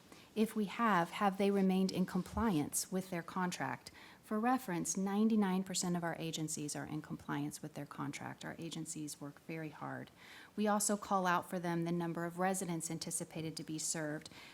the cost per unit, how many service units will they provide, and are they verified as eligible to contract with the City of Bellevue based on some fairly rigorous contracting standards. We look for audits, their budgets, a non-discrimination policy, and if they're collaborating with other agencies. We will then break out and have the commissioners form the recommendations in small groups, bring them back together and discuss them as an entire commission to then determine how to move forward with allocating dollars to contracts. And with that, we will turn it back to you all for questions, and we are seeking your direction this evening to prepare a resolution approving percentage allocations and a contingency plan. Thank you so much. Heavy information. Michael, thank you so much. Honor to know you for the last 2 years, and congratulations on your well-deserved retirement. We wish you all the best. We will miss you, and we can just be happy for you. Tony, thank you so much. Chair Angela Fan, thank you so much for you and your whole commission for the time, care, and seriousness that you brought to this work. I would love to start with Councilmember Robinson. She is, I don't know where even she is, but hopefully she's awake. Councilmember Robinson, if you are awake and you are here, please go ahead. I'm very awake. I have to leave my camera off just for better connectivity, so I apologize. But I want to start by thanking Chair Fan and the entire commission for the amazing work that they do. I'm glad that you were all able to kind of describe the process because it is so involved and it's so important for our community. And I want to thank you and thank Tony Esparza for all the work that she does. And Michael Shiosaki, thank you for your service to our city. We're going to miss you very, very much. So in looking at the recommendation, let me see if I can say this, the services percentage funding recommendations. I have a little problem with the proposed statement because to me, it reads as prescriptive and identity-based rather than needs and outcomes-based. And it's, to me, actually inconsistent with our recently adopted Diversity Advantage Plan for 2035. So I'd like to kind of offer an alternative.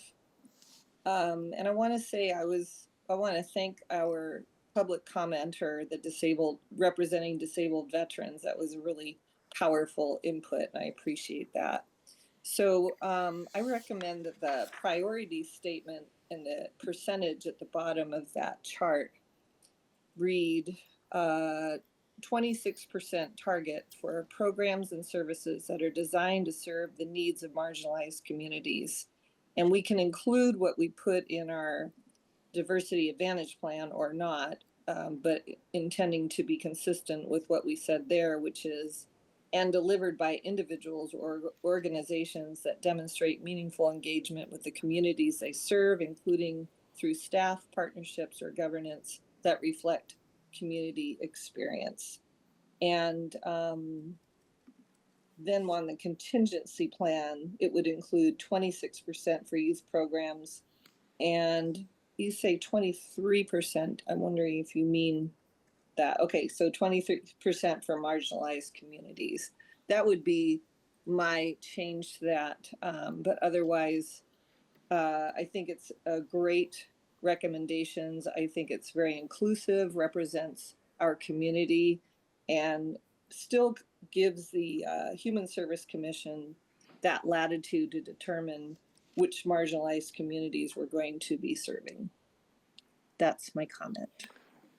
Thank you, Councilmember Robinson. Can you please bring where she is referring to for everyone to see if you can? Yes, absolutely.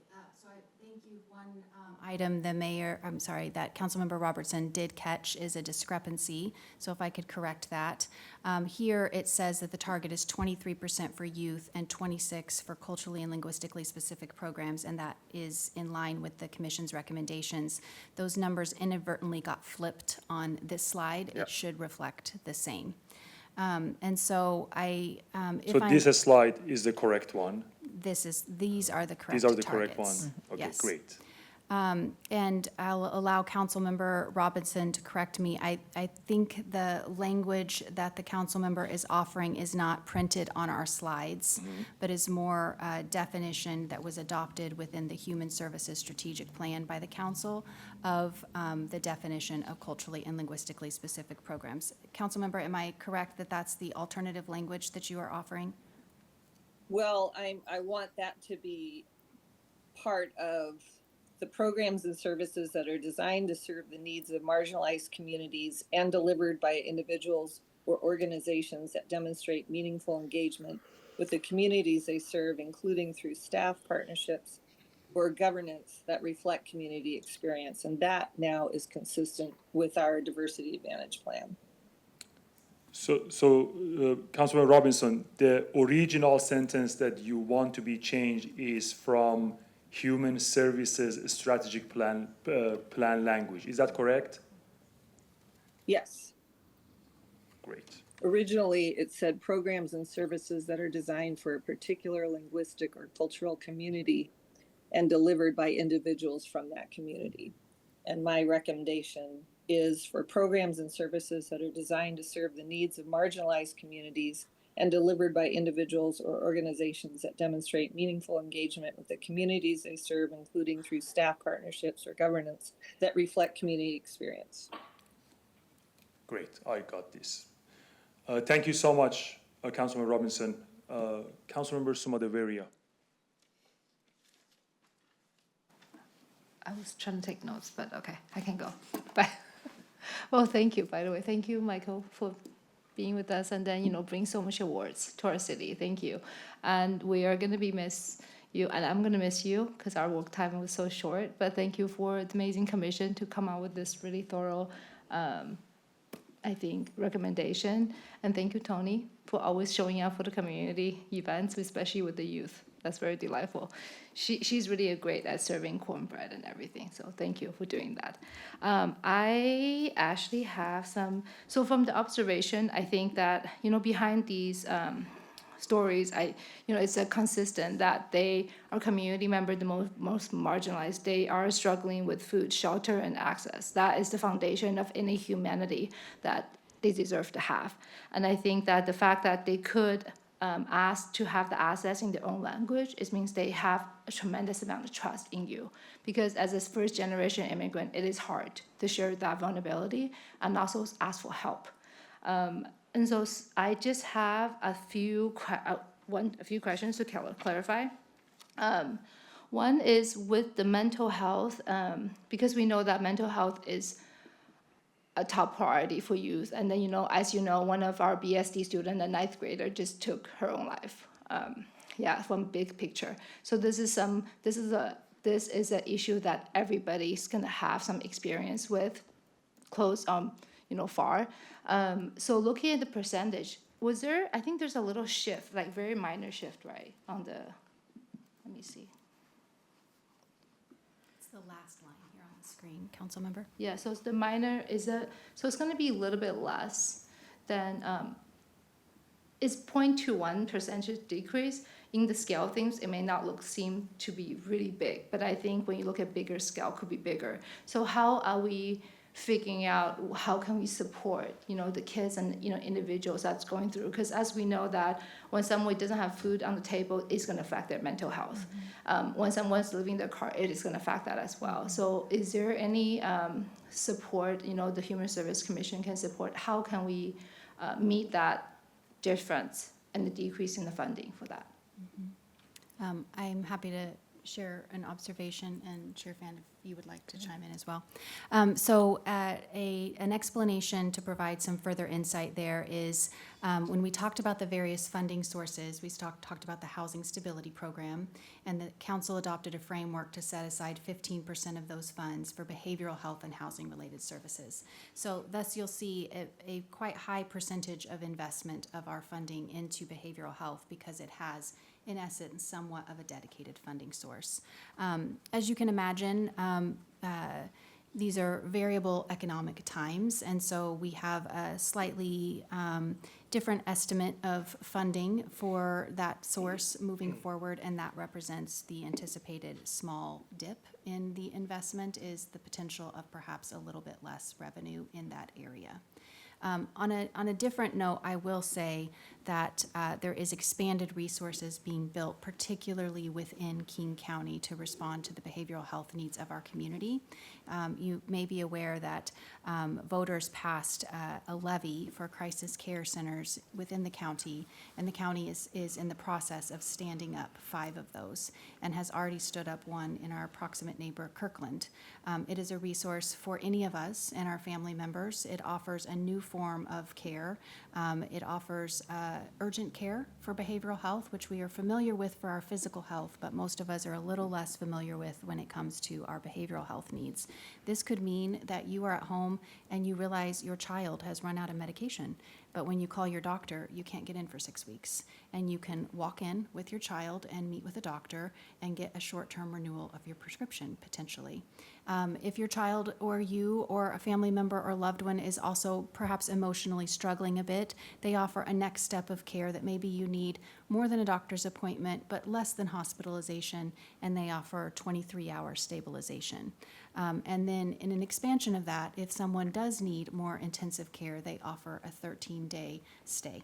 Up to a 13-day stay to really come around you with services. And that all is immediately available to our community. So in the midst of trying times and a struggle for funding, the county has secured funding in a way that enables us to expand that resource when perhaps our neighbors have not been able to do so. Thank you. That's really helpful. I'd also like to add, we sit here in a very privileged state, because as I'm looking at the differences, the percentages, and I'm thinking about Porchlight losing $500,000 of federal funding cuts, and that we're talking about the difference between 0.2 and so understanding that this is a time where we had to really make some really tough decisions, and feeling very proud that our tough decisions didn't become completely drastic. So thank you very much. Yeah, thank you for that. Yeah. And, I think that I have really deep compassion and a connection with the homeless population, as I was used to sitting on the Porchlight board. And I think that these are intertwined. That's why I ask, because you need service for everything, right, together. Another question is, because you know that our nation is even a very divided place right now. And as we know that for somebody like myself have living experience, it is also very important to have the unity from the allies around me. The proximity of allies can support the causes really matters and make us stronger together. So I was going to ask the similar, and the question is, the program that delivered by the individuals from the community leaders, is there any flexibility about how the organization actually, who are very deeply centered with the living experience, with the proximity, how are they supporting? So for example, if a nonprofit that they're helping kids, and then even though the leadership may not represent the living experience, but they are putting all the effort, make sure that the coach, the teachers, everybody who can connect with the teacher, would they be qualified to apply for the awards and then be even considered at all? Absolutely, and thank you for that clarifying question. I apologize. Would you like to speak? Okay. To give context, in our most recent funding cycle, culturally and linguistically specific agencies received approximately $2 million, and all other agencies received approximately $7 million. So indicating that we want to have a target for investment in culturally and linguistically specific services is not exclusionary. It expands inclusion. It reaches the needs of those that right now are saying, I'm not getting served. So we absolutely welcome applications from all agencies who serve the entire community. And again, important to emphasize, all agencies must serve all people. That is a criteria of our contracts with our agencies. What we are saying is we also want to acknowledge that there are some needs that might be better met when someone has a shared experience with the person that they are serving. So we ask all of our agencies to be culturally responsive. That's a standard expectation, that you respond to the needs of the person that you're serving. And in some ways, if you need human services, you are by definition marginalized. And so that is the expectation of our agencies, that they served marginalized community members, that they consult with the community, that they are responsive and use interpreters. And then this target that's directed by the comp plan, that's directed by the Human Services Strategic Plan is to say, and also we have a gap. The community keeps telling us we have a gap, and we need some services that help address that gap, given the demographics of those in need in our community. One last question is, after that, is there any data that we can follow through for the nonprofit we partner with who the leaders have living experience? So for example, maybe Pushlight or somebody else that, who has living experience, or myself, right? English wasn't my first language, that when I asked for access or my parents asked for that access, how can we see the effectiveness of that? And then we can support and provide those resources for the dedicated population so they can get these resources faster. So because different nonprofit has different capacity to able to reach different demographic. So if I understand your question correctly, Council Member, one, just a clarification, it's not a focus on the leadership of the organization. It's a focus by program. So we fund by program. And we fund currently 188 programs and a smaller number of agencies. But when we're looking at things, we're looking at it at a program by program basis. All of our agencies can receive technical assistance from us in determining how to fill out an application, in determining how to describe their work, and how to let us know their work. And so staff meet with all agencies as extensively as they want to, both in completing their application and helping us understand their work, and also in the reporting side, some of our small emerging agencies, we might be their first government contract. We work extensively with them to make sure that they feel like they can come into a contract. And that really is directed by your policy as well, that talks about equitable access to funding for agencies. And then the first step to be part of this partnership is make sure the nonprofit has an RFP with the city. We publish an RFP that is essentially saying, please apply. We share an application portal with a large number of other cities in King County. And so it's one place that agencies go in to apply. And then they just indicate which cities they're asking for funding from. And then that's also the place they go to report on their work for all of the cities as well. Great, thank you. The reason I'm really passionate about this because we are in the time that we really need unity and that we cannot do this alone. And in Bellevue, we are different from many other places. People here, we are not as scared because we know we have a united together our community. So thank you so much. Thank you, Councilmember Smodeviria. Councilmember Breyer. I have no comments at this time. Thank you. Councilmember Bargava. Okay. I want to start by again just repeating what has been said, but congratulations on a glorious career and good luck on your next adventure. Grateful for what you've done for Bellevue. And also want to share gratitude with you, Tony, for the work you continue to do, and the entire Human Services Commission for the fabulous work that you do. Congratulations. I want to just make a quick note before we go on to sort of the allocations related question I have.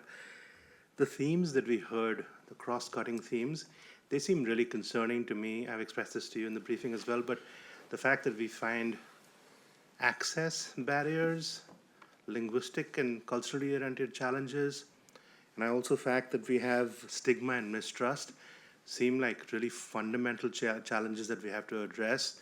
Like they're not small or they're very concerning for me. So would love to sort of over time understand how those fundamental root causes of these issues can be addressed beyond the allocation of funding, because that's difficult. So if you have any reflections on that, that would be great to hear, but that isn't the core of my question. The second thing I'd like to say is, the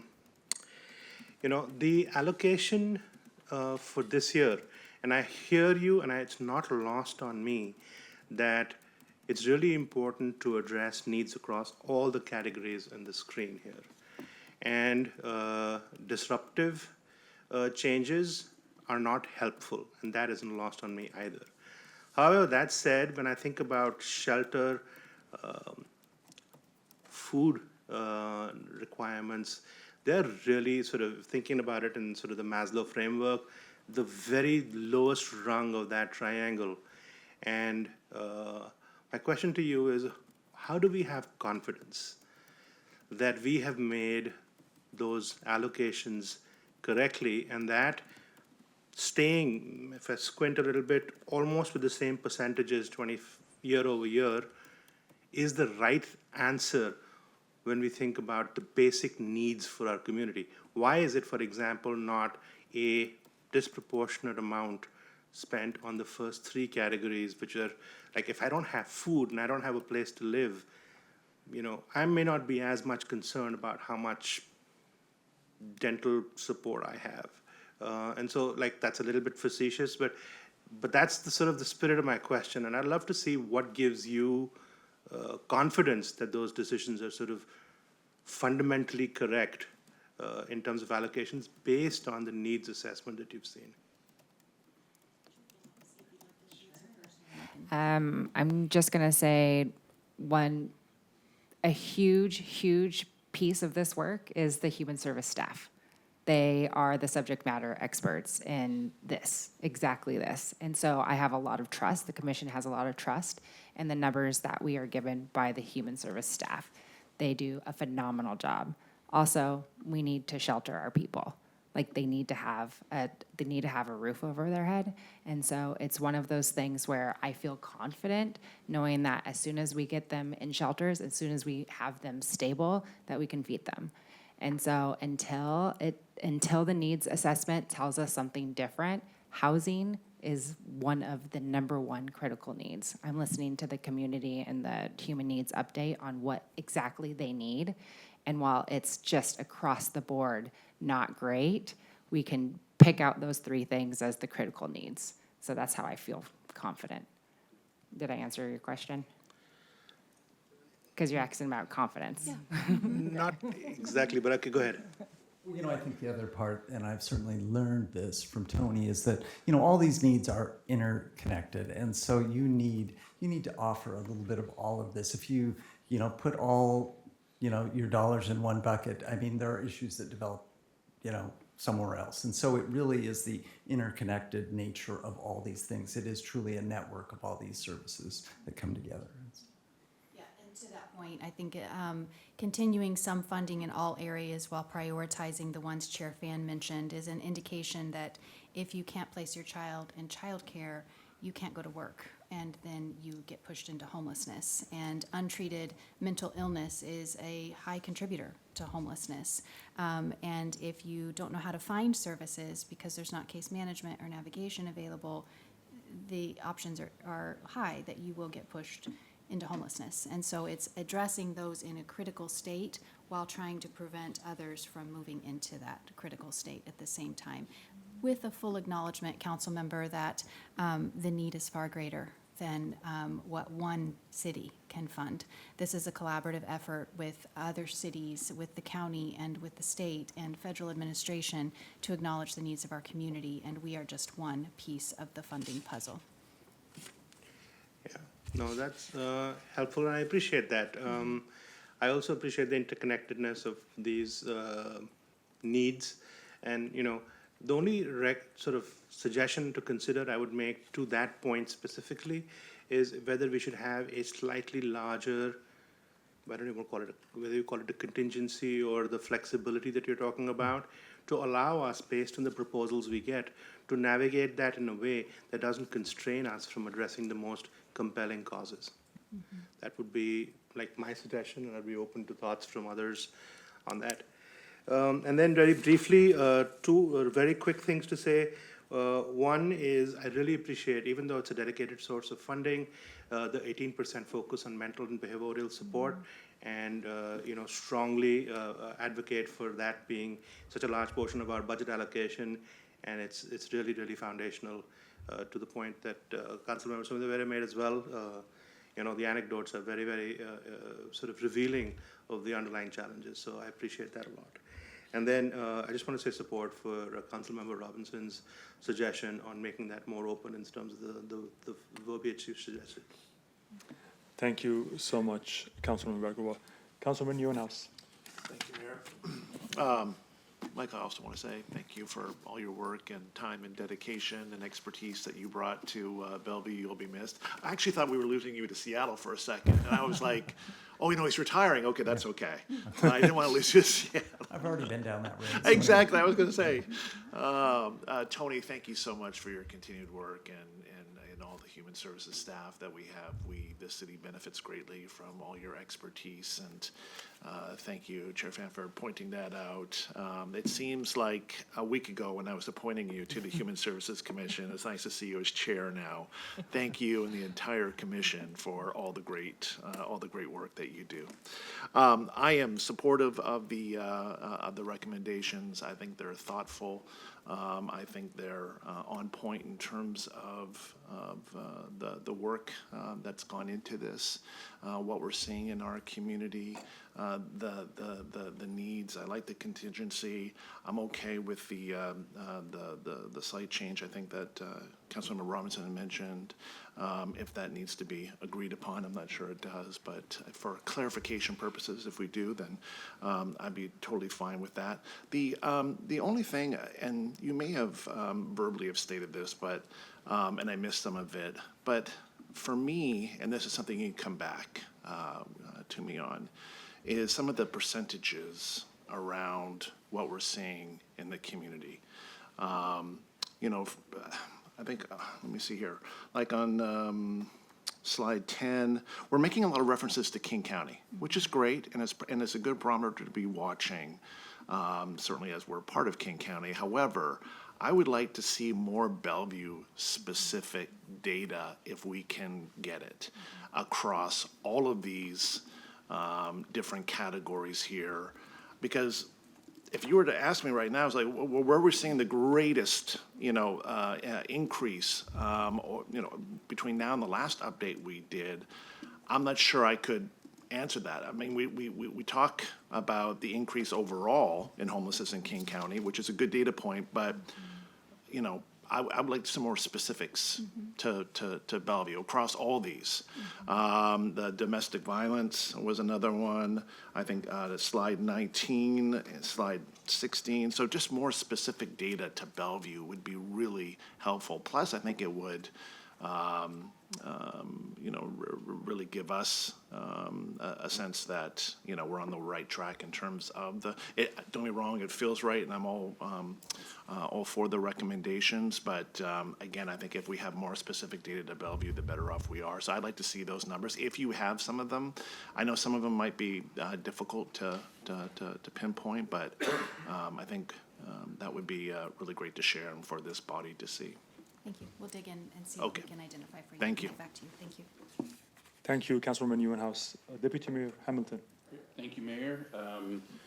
Michael, wish you all the best in your retirement. I think that it's very interesting to me that you're here on the night that we have our International Holocaust Remembrance Day proclamation, because I know full well that your dad is a World War II hero and put it on the line time and again, put his life on the line for his country, for his fellow soldiers, and for citizens around the world that were brutalized and imprisoned by the Nazis. And he put it on the line time and again. And I really feel like you've done that. You've put it on the line here for this community, as you've served in Seattle, but you have made an enduring difference and change to this community. We're going to continue to reap the benefit of all the work that you've done, the courage you've brought to this work time and again. It's going to last here for way beyond all of us, and it's greatly appreciated. I appreciate personally the mentorship and the conversations and guidance you've provided me. So I wish you all the best. You certainly deserve it. I also appreciate the presentation. Chair Fan, thank you for being here. I think you've done a lot of great work. Human services funding is one of the most important investments we make in our community. City staff and contracted providers stretch every dollar that we dedicate. The investments are impactful, and at times a modest amount can go a long way. I'd like to see us continue to push ourselves to increase human services funding, and when it's possible, to increase the amount we invest in the critically important services that our growing community needs. I appreciate all of the hard work that the Human Services Commission has done in thoughtfully determining the percentage of services that should go into the broad categories of various community needs that we fund. The Human Services Commission has done a masterful job of ensuring that their recommendation is guided by our recently adopted comprehensive plan. And while a few sections of the comp plan have guided their work here, I'll highlight HS 20, which emphasizes our commitment to create a community where equitable outcomes exist for all by investing in services that address or eliminate inequities which may be experienced disproportionately by some community members. Our adopted Human Services Strategic Plan is also clearly incorporated into the recommendation, expanding equity-focused and data-driven decision-making, and expanding access for Bellevue residents to culturally and linguistically specific human services are properly prioritized in the recommendation. And community feedback that we have received has provided us with critically important insights. The Commission has heard that feedback, and it is also reflected in their recommendation. I think we understand the need, and I think we are aware of the barriers that exist for many of our community members. We also know that there are disproportionate impacts on historically marginalized groups right here in our city. The recommendation is the starting point to help us leverage our limited funds so we can better meet our human services funding commitments. Of course, we are near the beginning of the human services funding process. This recommendation provides a strong foundation to support next steps.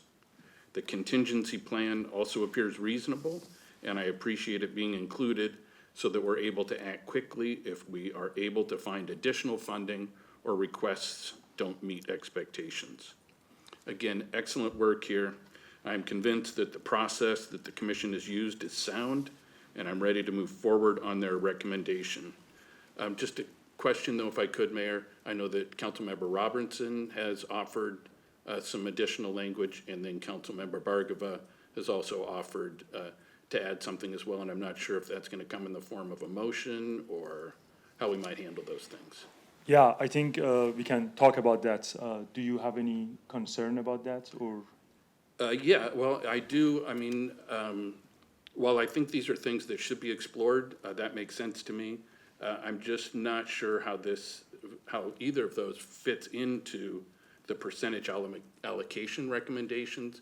And I think just in light of the fact that it's brand new information for me, and I don't even have language to look at, I'd like to see us take some time, look at what's being presented, and then have a chance to discuss it before we take any action. So that would be my preference. I can ask the city manager to chime in. Is this presentation and tonight a right time that we change a language in human service strategic plan language, or should we do that in a later time?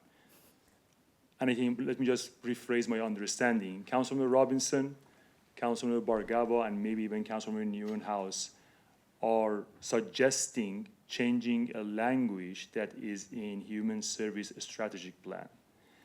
And Councilmember, Deputy Mayor Hamilton is asking, is this a right night to do this? I'm going to ask Tony and Michael to weigh in on this a little bit, but I believe that the decision in front of you today, or the recommendation, is related to the percentage allocations. There is some language that's in an attachment A that guides kind of the definitions. I don't think that's what was being asked for direction tonight, correct? Yes, that would be correct. It was just the percentage allocations and not going back and opening up the Human Services Strategic Plan or any of those other documents, or the direction in the comp plan either, so yeah. So if a number of council members wants to change a language on the human service strategic plan, when would be a time for that? I assume that would come back as a separate item to revise it. I believe, that plan was a 5-year plan, is that correct, Tony? 2024 to 2030, so a 6-year plan. A 6-year plan, so I guess we weren't planning to bring it back soon, but May I So- ask one more question for staff, if you don't mind?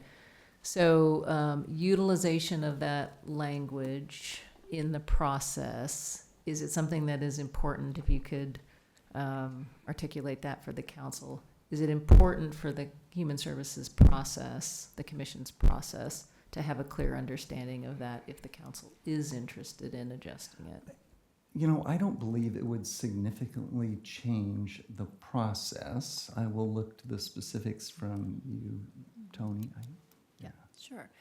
So if I'm understanding the questions correctly from all of you, the percentages tonight and the contingency plan could be adopted, should you so choose, separate from this conversation. And then as far as this conversation, whether you have it tonight or you have it on another date, the way that information would then show up is the definitions were included for reference of what the commission meant when they made these percentage targets. So they were included for you to understand when the commission said this area, this was the definition that they were referencing. So the next place that definition would show up, or any of these definitions would show up, would be when we publish our request for proposals, because we will be including your guidance for agencies as they apply. And so that, I believe that request for proposal is set to be published March the 2nd. It is done in conjunction with others, so we cannot adjust that timing. So should we want any different guidance on how to define some of these categories, one of which is in the adopted strategic plan and comp plan, then yes, that would be the timing for that to occur. Great, thank you so much. I go to Councilmember Robinson and then Councilmember Bargava, and then I may chime in myself. I disagree with some of what staff has just said. The proposed statement is not consistent with our adopted diversity advantage plan, just like the percentages were not consistent with what the other, there was a discrepancy there. I think that it's very okay to make a definition change here. And I would like to take this up at our council retreat, which is, I think, coming up in February or March. But I would like to make a motion tonight to change it to what I recommended. I think that is the council's prerogative. I think it is supported by what council's comments are tonight, and I think it is consistent with what the Human Services Commission is trying to do, which is to identify marginalized communities that need extra emphasis of funding. Thank you, Councilmember Robinson. Councilmember Bargava. Yeah, I'm going to go back to the flexibility piece just so I can zero in and be more precise about my suggestion. If you go back to the slide that, or the talking point that you had around, if you got proposals that would be more compelling across different categories, you were allocated is it a 2 or 3%? 2% adjustment not to exceed. My suggestion is to have more flexibility there, and I propose maybe a 5% number that allows you to, based on. I think you're talking about a different topic. Let's just finish the first topic. No. Are they related, you think? In my mind, they're related, and I'll say how. So you allocate these percentages, and we say yes to the percentage.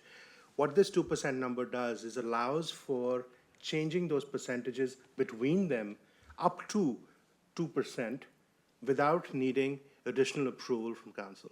All I'm suggesting is to increase that percentage to 5% based on the compelling nature of proposals you get, because these are not based on specific proposals. So that flexibility will allow us to, in my mind, hopefully, allocate funds to the places where the needs are greatest and gives you more latitude in the work you're doing. That's my suggestion. But that's a different topic that one Councilmember Robinson is talking about, to change a language in. Oh. So those are two separate topics. The one I was bringing up is yes. Yes, let's just talk about that topic, and then we come to your 2% and more flexibility to make our life. I misunderstood your question. Yes.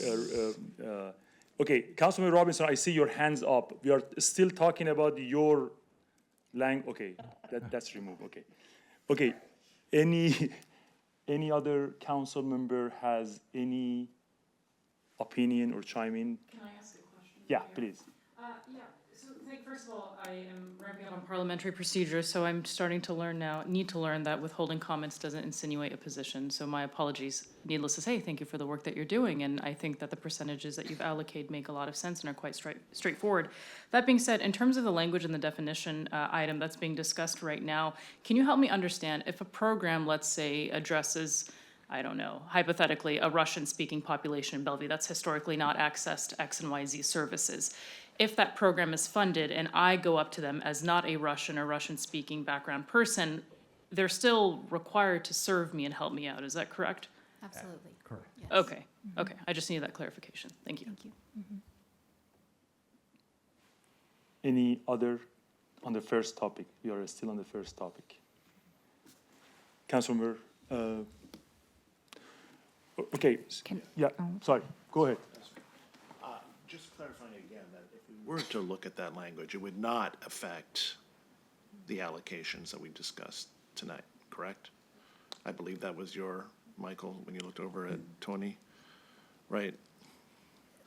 So I think we would need your clarification on that direction, to be honest. And so a path, and so it sounds like the path that Councilmember Robinson is proposing to honor her input is that tonight you change the definition attached to that target for culturally and linguistically specific services so that when you adopt those percentages, it is clear what you are indicating that's use is for.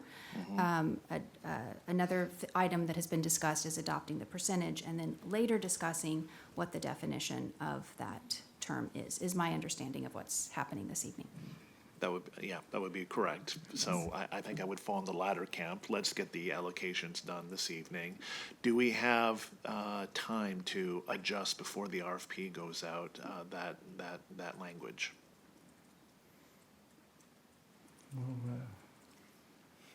That is a difficult question. A lot on the council's plate in the next month. So I think we would find time to bring it back to you. Okay. And we could do it expediently. I believe this item, you're giving direction tonight. It does have to come back. Yeah. We would prefer to get the direction solidly this evening so that we can bring you back something that you've generally agreed to. But we have a little time to work on that before we bring it to you, if that's something that the council would prefer not Yeah, my taking it up preference would be tonight. to approve the allocations this evening, bring this back to us before you need to publish that, just so we're not rushing through it, unless we have to get through it tonight, but I'd rather have staff come back and give us some options on that and compare it to the diversity advantage, et cetera, just to make sure we're on the same page. I think that would be the better approach at this point. Also, can I just add something, just as if, Certainly. has anyone ever filled out an RFP as an organization? Sure. Language is very important, making it as low barrier as we can and understandable as we can. And so unfortunately, I didn't understand what Councilmember Robinson was saying as the change of language. Was not clear to me. So I would feel like it would definitely need to be something that you thought about from that perspective as the organizations that are applying, because it's very, very important that we reach our communities, the ones that haven't been served. And if Absolutely. they don't understand if they can even apply to it, they will not apply to it, because it does take time and money to apply to an RFP that you might not get. Yep. So please, please take that into consideration if you're thinking about changing the language. Thank you. Thank you. Councilmember Smodoveria, please. I actually agree with that, because RP is really hard to understand, and that's the biggest barrier actually for especially small organizations. So maybe before we decide on a language, let's make it very simple English. Make sure we take our time, think about a language that RFP is not going to create extra barrier to apply. Great, and I chime in, and then Councilman Robinson, you have your hand raised. I do. You go ahead. No, but go ahead. Go ahead. I go after you. Nope, I want to hear you first. So I actually, I think what Councilman Robinson suggested, it makes the whole thing more flexible for people to actually do the RFP. But I understand maybe what I understand as simple and more flexible is not what the people who are in the business of nonprofit applying understand. So I completely get that. But I think, to me, it is important, and we should be clear about who we are trying to serve and why. And I think those two are very important. It should center marginalized communities and give us flexibility to fund programs that are trusted and effective, whether that trust shows up through staff, through partnerships, through governance, all of those words that is in the recommended language that, again, I think no one has seen that. That's maybe a disconnect here. I wish we could put it on the screen for my fellow council member. But again, to me, the key is who we are trying to serve and why. And I think the original language maybe lacked that flexibility. Councilmember Robinson, that was my chime in. Please go ahead. I appreciate that, because that is the intent of the language change, is to be inclusive. And so I'm actually going to make a motion, and you can decide, somebody can decide to second it or not. But I move that we direct staff to prepare a resolution approving the Human Service Commission's recommendations for percentage allocations for the 2027-28 human service funding, with the proposed changes of Council Bargava's contingency plan will not exceed 5%. And also that programs and services that are designed to serve the needs of marginalized communities and delivered by, and then this is just quoting our diversity advantage plan, and delivered by individuals or organizations that demonstrate meaningful engagement with the communities they serve, including through staff partnerships or governance that reflect community experience. That's something we already voted in. So that's my. We have a motion from Councilmember Robinson. Is there a second? Second. Is moved by Councilmember Robinson, seconded by Councilmember Bargava. Any discussion? Yeah, please go ahead, Deputy. Yeah, so I guess I'm really struggling with this. I don't even have that language in front of me. I haven't had a chance to see it. Is it possible that we put that language to the screen? But pardon me, Mayor. I don't think that, this is not good form, it's not good practice.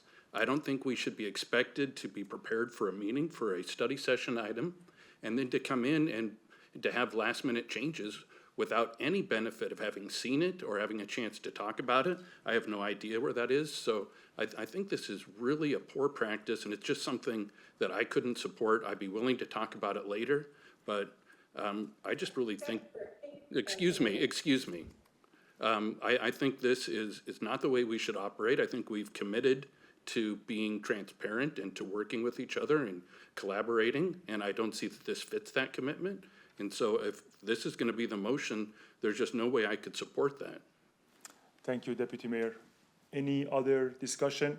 Councilor Robinson, your hands is up. Is that? Keep forgetting. Yeah.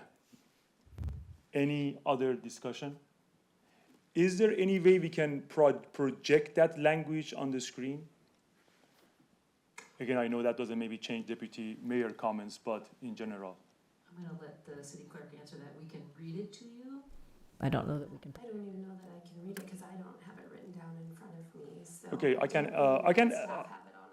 I can ask Councilmember Robinson read the motion one more time. Sorry, and then we go one more time, ask for a discussion, and then we go for a vote. Councilmember Robinson, would you please read your motion one more time? Okay, it's as recommended by the Human Service Commission, a greater than 26% target for programs and services. Now, this is my revision. Programs and services that are designed to serve the needs of marginalized communities. We can leave it at that, or we can also include what we already approved when we approved the Diversity Advantage Plan, which is the definition. I don't think we need to include it, but and delivered by individuals or organizations that demonstrate meaningful engagement with the communities they serve, including through staff partnerships or governance that reflect community experience. If you just want to write the motion as greater than 26% target for programs and services that are designed to serve the needs of marginalized communities. I'd be fine with that. Great. So we have a motion on the table. It has been Go ahead, Sorry. Councilman Robinson. Nope, no, go ahead. It has been seconded. Any discussion? Councilman Bargava.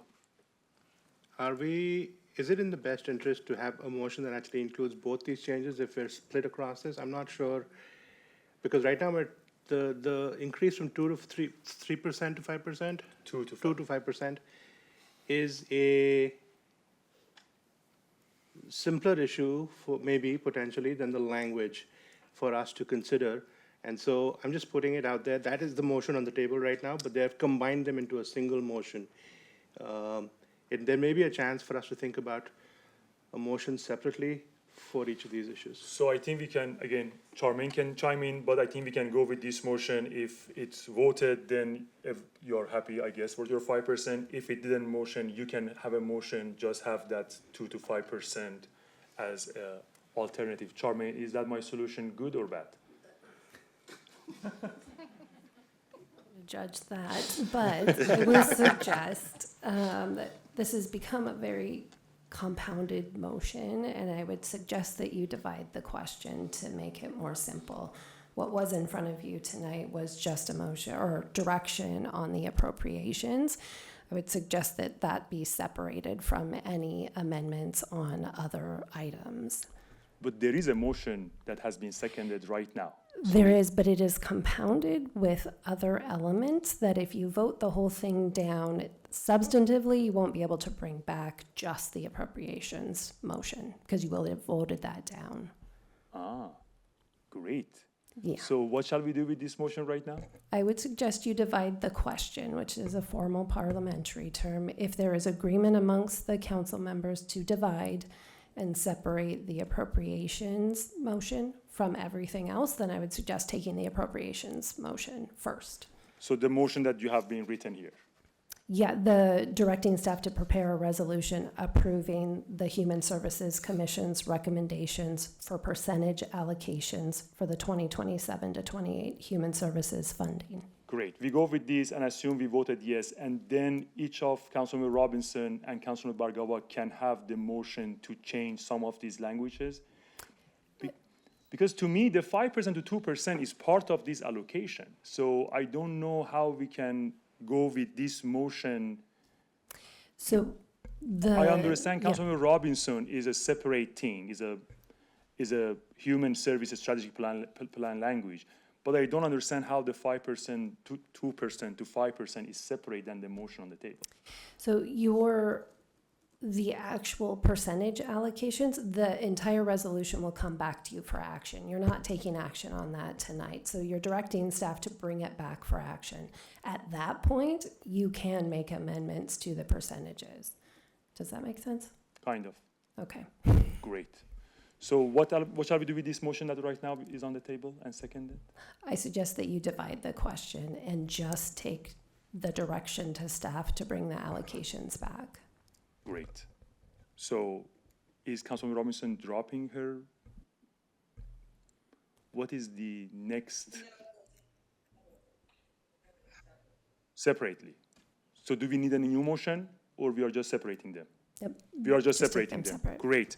So is there any discussion to just vote for whatever it is in front of us and the staff brought for the percentage allocation for the 2027-2028 Human Services funding for action at the future council meeting?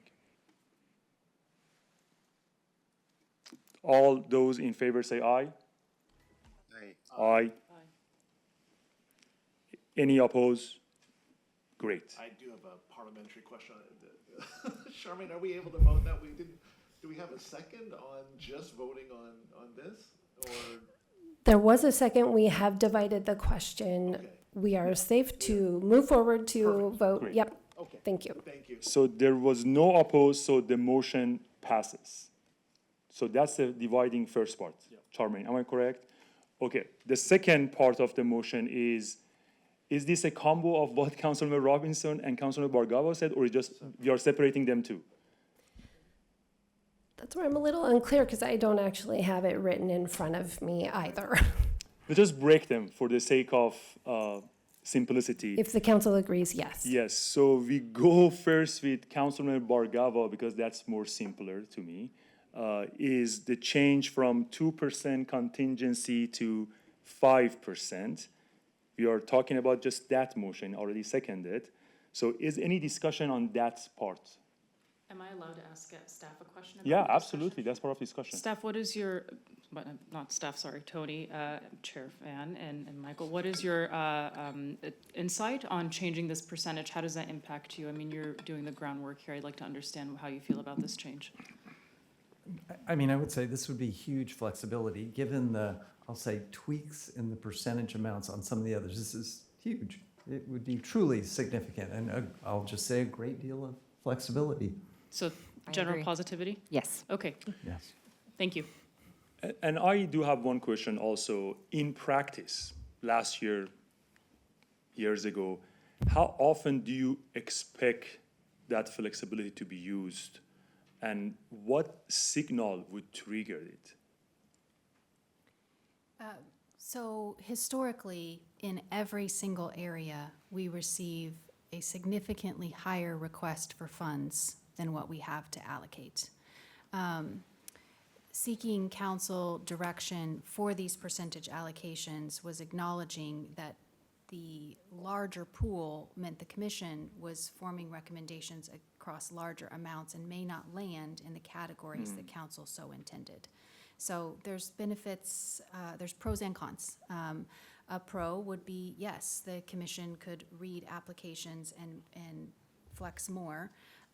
That would also lead to a decrease in a percentage in another area that would be at the discretion of the commission. And so if the commission felt they wanted to increase one area by 5%, that would also lead the commission to decrease by 5% somewhere that in the end, council may have not intended, is what I would highlight for you. That is a large pool of flexibility in the funding.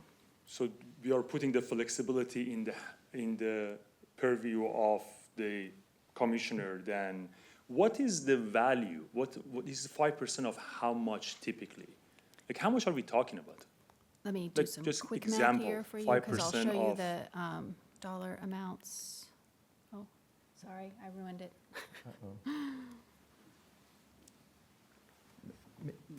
Do we want to do math in our head here? Yeah, 4.8 plus 1.6, so 5.8, 6.4, about $6.5 million. So if you were, no, $7.5 million, right? So around This is 6 to embarrassing. 7 million 4.85, yeah, per year, correct, per year. So, a 1 to 2% of that is minimal variance, but when you get to 5, that could, some of these smaller categories could be completely swept away, I guess is the way to look at that. So some of these categories are not currently receiving direction even for 5%. And so I'm not suggesting how the commission You are just should- telling us the I'm factual just telling pros you and the facts that 5% could remove possibly whole categories, should you choose to give that direction. Any other discussion or question? So we are still talking about increasing the contingency from 2% to 5% by Councilman Robinson. I see a hand. Thank you. Tony, I just want to clarify with you, isn't kind of the average grant about $10,000 and so 5% would be $500? I don't pretend to, I think you hold numbers in your head, Councilmember Robinson, in quite an impressive way. I don't have those numbers in my head. What I would tell you is our base contract is $10,000. That's the lowest contract that we currently offer. I would anticipate that the average, which this is just a guesstimate, I can get back to you all with more concrete numbers, would probably be more like $50,000 to $60,000. Absolutely, Councilmember Sumadeveria. By adjusting the percentage to a higher variance, is that gonna be making the giving out to answer the needs slower? Because there's more time you need to decide. Would that affect that? No, all the decisions are made at one time and contracts are allocated at one time. And I think Director Shiosaki has a really important clarification. You know, the clarification on the 5% as opposed to 2%, it's not on an individual contract. It would be on the overall amount of human services funding. So it's not like $500. It's quite different than that. So, yeah. Right. So for example, if, we've got 50%, 51% going to these three areas. If you increase that to 56% to those three areas, you could, or 5% even per category, you could drastically change. Should the council wish for that to happen, it would just give that level of flexibility. Great clarification. Councilmember Bargava. Yeah, so just want to clarify. 2% of that 5% latitude is already part of the proposal that was laid out. Correct. It is just a question of the 3% incremental. Correct. And if I did rough math in my head, you were talking about 4.8 plus 1.6. And so it adds up to 6.5 roughly if you include the 140,000. Right. And if you do about 3% of that 6.5 million, it's like $195,000 that Thank you we're for talking that. about in terms of movement. Thank you for that. Yes. Deputy Mayor? Just curious if you have a recommendation on that. I'd like to hear from you, Tony, and then Chair Fan as well. A recommendation on what? On moving from 2 to 5, does that? Like I said before, that's great. It's great to have trust in your Human Service Commission and have that flexibility because that you guys appointed us, and we kind of know what we're doing. And then we also have our wonderful human service staff that also know what they're doing. So I'd be very happy with that flexibility. Yeah. Tony? Our commission is highly trustworthy. The process that we have initiated this year is new and it's different. And it came about through multiple conversations that we had with you all in a recognition that the council was providing guidance once contracts had already been allocated or recommended for allocation. And so this process was intended to introduce guidance from the council at a level that would then shape how those contracts are allocated. So I do have a lot of trust in the commission. My voice is just to make sure you recognize the level of flexibility that you are giving that could change these allocations in a way that I just want to make sure that that's clear. That they could choose, I don't know that they would, to completely eliminate some service areas in favor of increasing another area. And so that's just what you would be extending to them. I understand. Do you have a professional recommendation? I think 5% is high. Okay, thank you. Mm-hmm. Wow. My vow was I'm changing my mind on my decision in my brain, but I'm hearing more comments. So, Councilmember Newhouse. Well, thanks for the question. What would be, if we did increase it, what do you think would be the proper number to land on then, Tony? So something that we talk a lot about Yeah. as staff under Michael's direction and with the commission is the reality in human services is there's no wrong investment.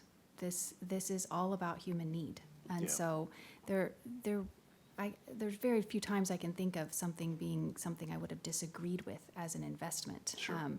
So that is the hard nature of human services. That is the nature of the hard work of the commission, is looking at needs that we want to fund them all and recognizing that we cannot. And so nothing that's being proposed is wrong or against a city value. No, It but is- you said that you think it's high, so. I do. I'm just struggling for my response to you, Okay. council member. If I'm being really honest with you, I'm maybe You buying don't a need to little run time. out the clock, but if you know, I don't mean to put you on the spot, Yep.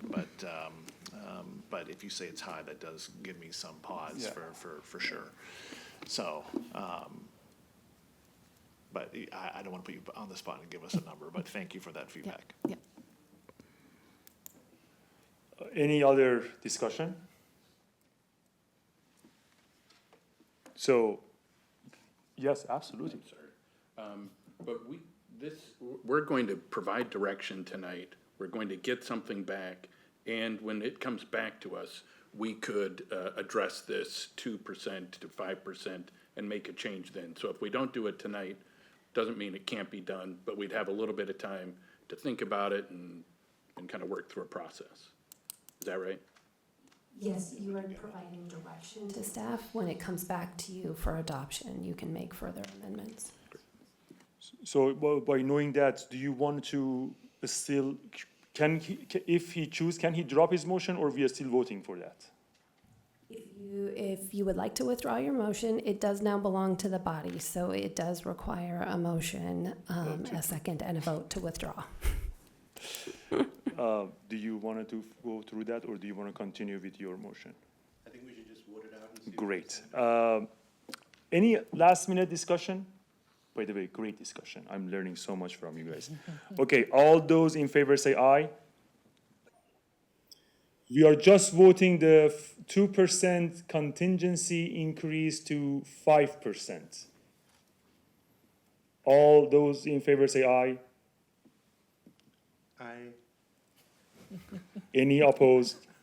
No. No. I'm confused, I'm sorry.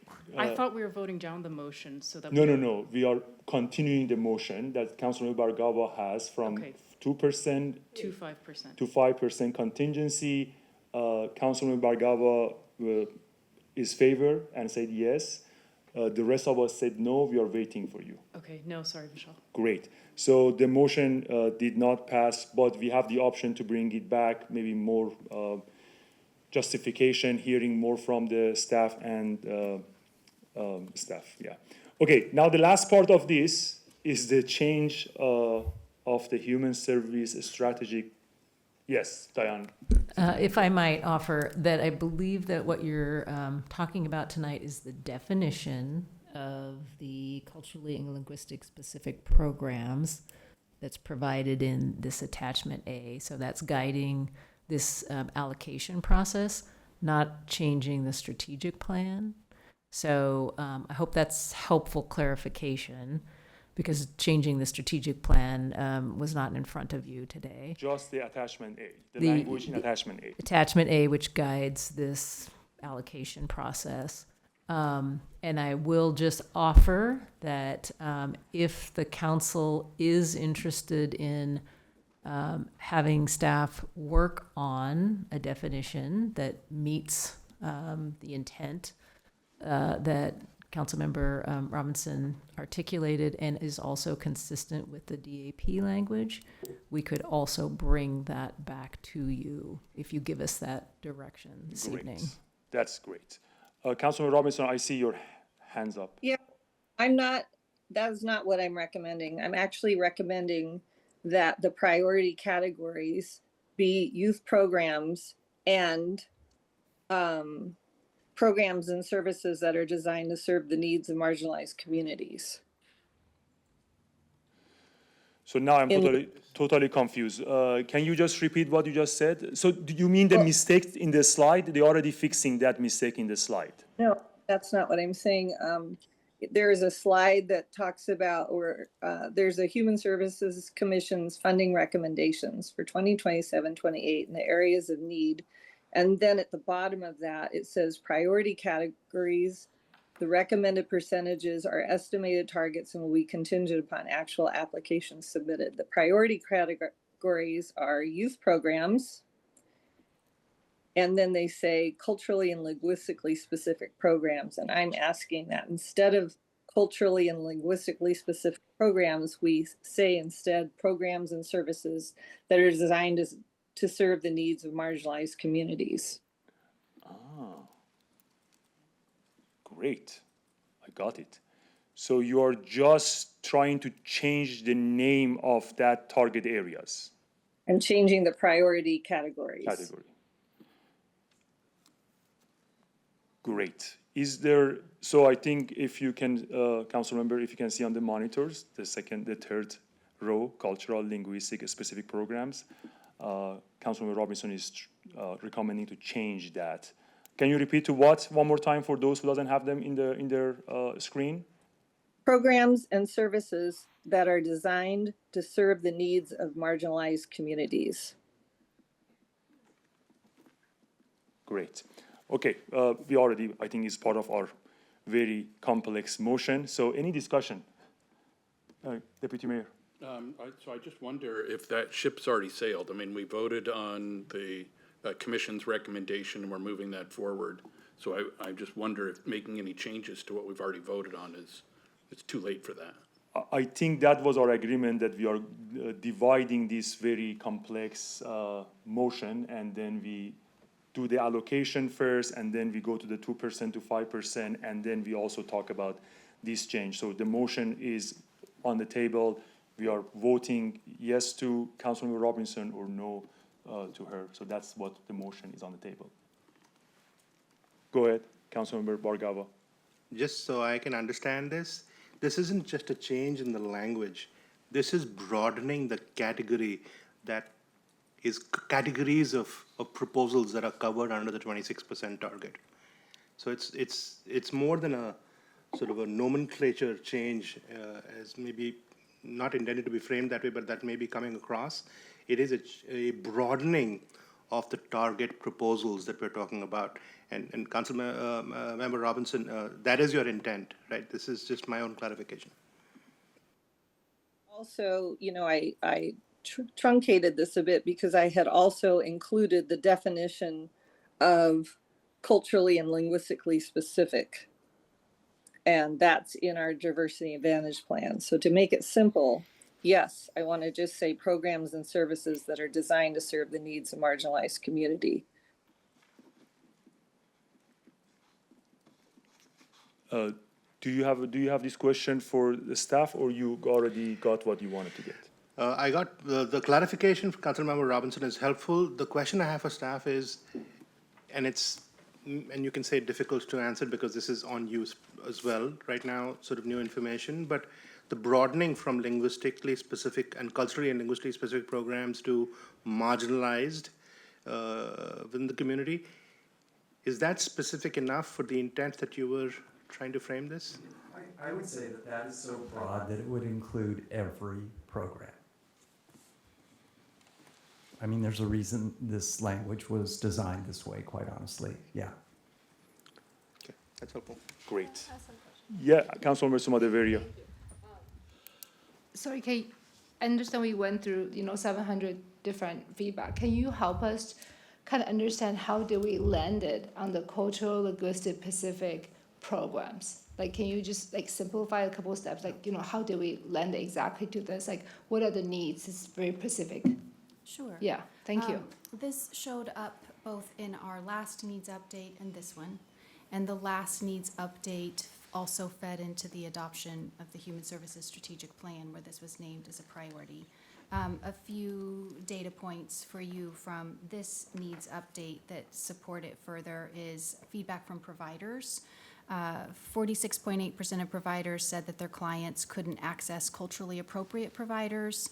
50% said they couldn't access services in their language. Only 10% of providers were completely or mostly satisfied with the availability and quality of culturally and linguistically appropriate services. So our providers are naming this as a gap as well.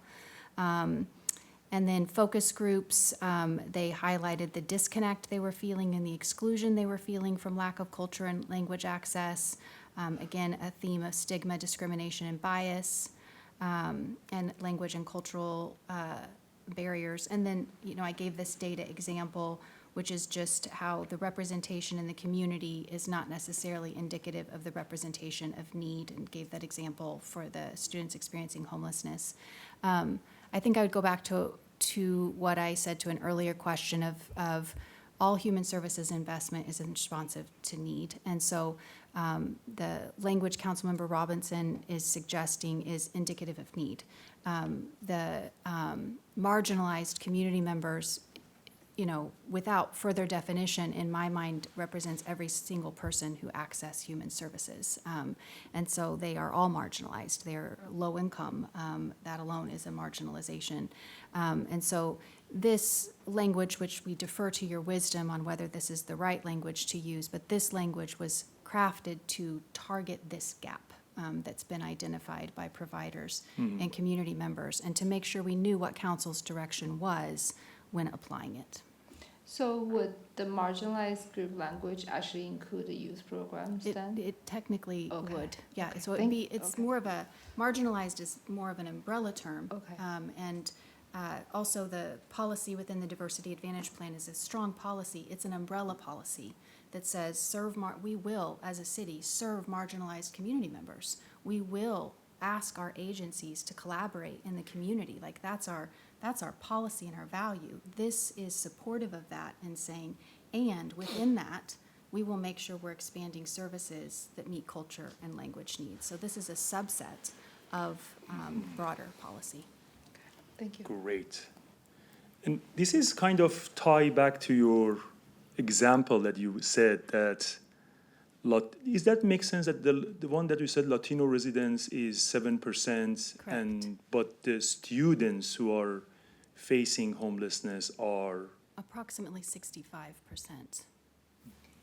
That's totally makes sense why you have now, they call it Right. this, okay, great. Yes. Okay, Councilmember Breyer. My question was just to reiterate, because I'm trying to make sure I'm being clear as possible.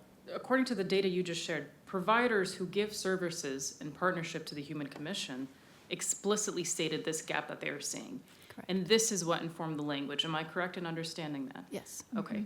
I think that helps inform my decision. Yeah. Thank you. Yeah, they are, I think you had one expert said it's not just about access, it's about belonging. Right. And I think that's kind of relate to the language of cultural, linguistic, specific programs. So you're trying to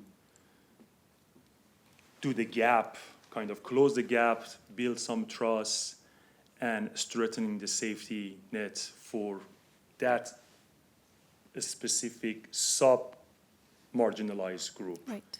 That is cultural Yes. linguistics. Okay, I got this. Thank you. Any other discussion?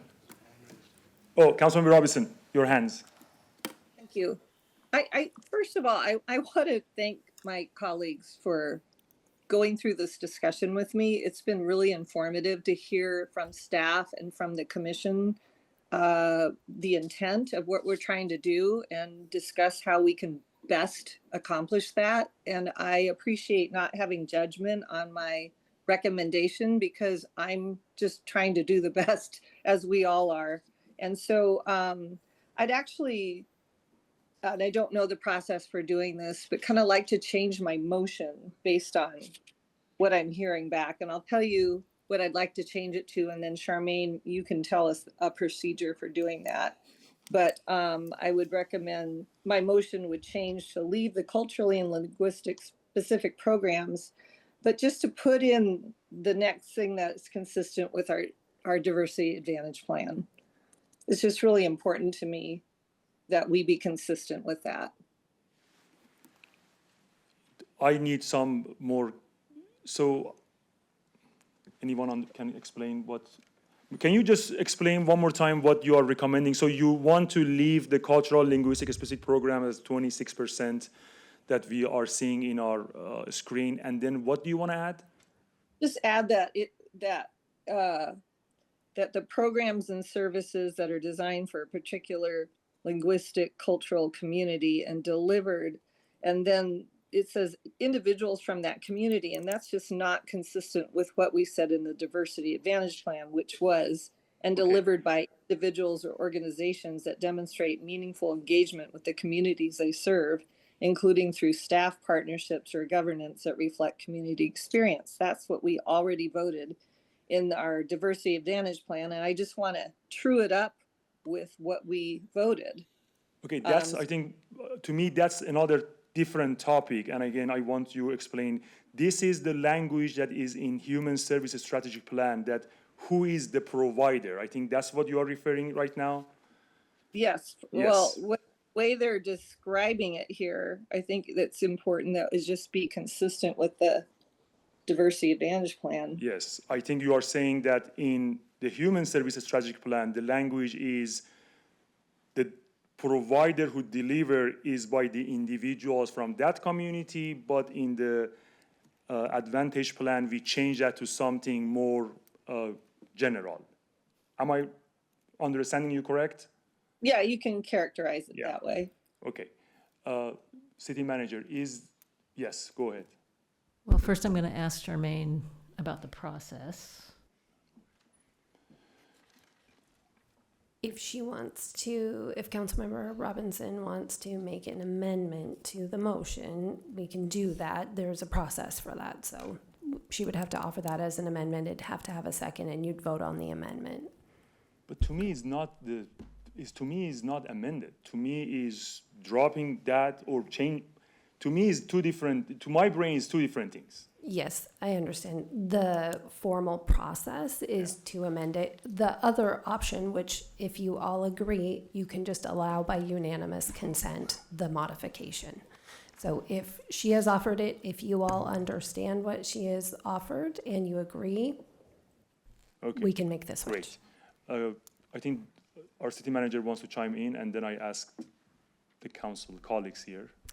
Yes, I'm going to try to pick up on what Councilmember Robinson said. So leaving the category, and then I'm just going to read you from the DAP our language from the Diversity Advantage Plan is programs that provide access to services in ways that meet the needs of communities in a culturally and linguistically specific way. So we can find some language that's consistent with that and meet the intent, I believe, of Councilmember Robinson. That's not quoting what we voted in a couple of weeks ago, Diane. What I said.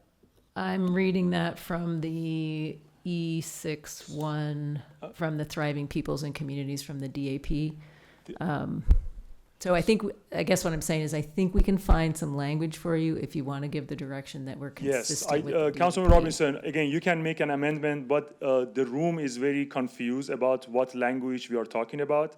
So you can amend, what I am hearing from Charmaine is you can amend, so keeping what we are seeing in our screen as it is and changing the human services strategic plan with whatever language you want to amend, or we can direct staff to bring it back when they are coming back. When are you coming back? We will come back in time to meet the needs of the process, so within the next month. In the next month. So we can postpone that to the next month, or you can amend your motion. Okay, so I think the confusion is that I'm looking at the packet, and the packet has a whole nother sentence that this slide does not have that defines culturally and linguistic specific programs. The definition in the packet is not the one that it is not updated to what we voted in a couple of weeks ago. So I'm just asking that the definition that we're voting on culturally and linguistically specific programs be consistent with our newly adopted Diversity Advantage Plan 2035. Simple as that. So my motion, if I can't see anyone, so it could be a head nod thing, is just that whatever culturally and linguistically specific programs are, that it's consistent, that definition, with what we voted in on the Diversity Advantage Plan 2035, and staff can bring that back to us and we can look at what they bring back at that time. So we're not voting on any particular language tonight. Great. Go ahead, Michael, and then. I mean, just thought, as we think of cultural and linguistic specific programs, we believe it falls under what Councilmember Robinson has been talking about. I mean, the policies within the DAP 2035 are broader, and we believe that suggests a multitude of ways that things can be implemented, and we believe this certainly fits under that, larger umbrella. And you bring this back. So yeah, Perfect. I don't think these are in conflict at all. Yeah. Okay, so Councilman Robinson, if you are okay with what you heard, they can bring it back when they are coming back. I think Director Shiosaki totally understands what I'm saying, and I agree with him and appreciate that. Great. So, Charmaine, should we do anything else, or we are good to go? No, I'm seeing that none of you are objecting. I'm taking this as unanimous consent to do what you just said. Great. Is there any objection? So the wrap up is you guys are bringing back, and we talk about this language when you are back. Great. Thank you so much, Michael. That was your last meeting. That's why we make it very, very exciting for you, you know? Not an easy one. Thank you. The transportation folks, we are going to take another break. Sorry. We come back in 10 minutes.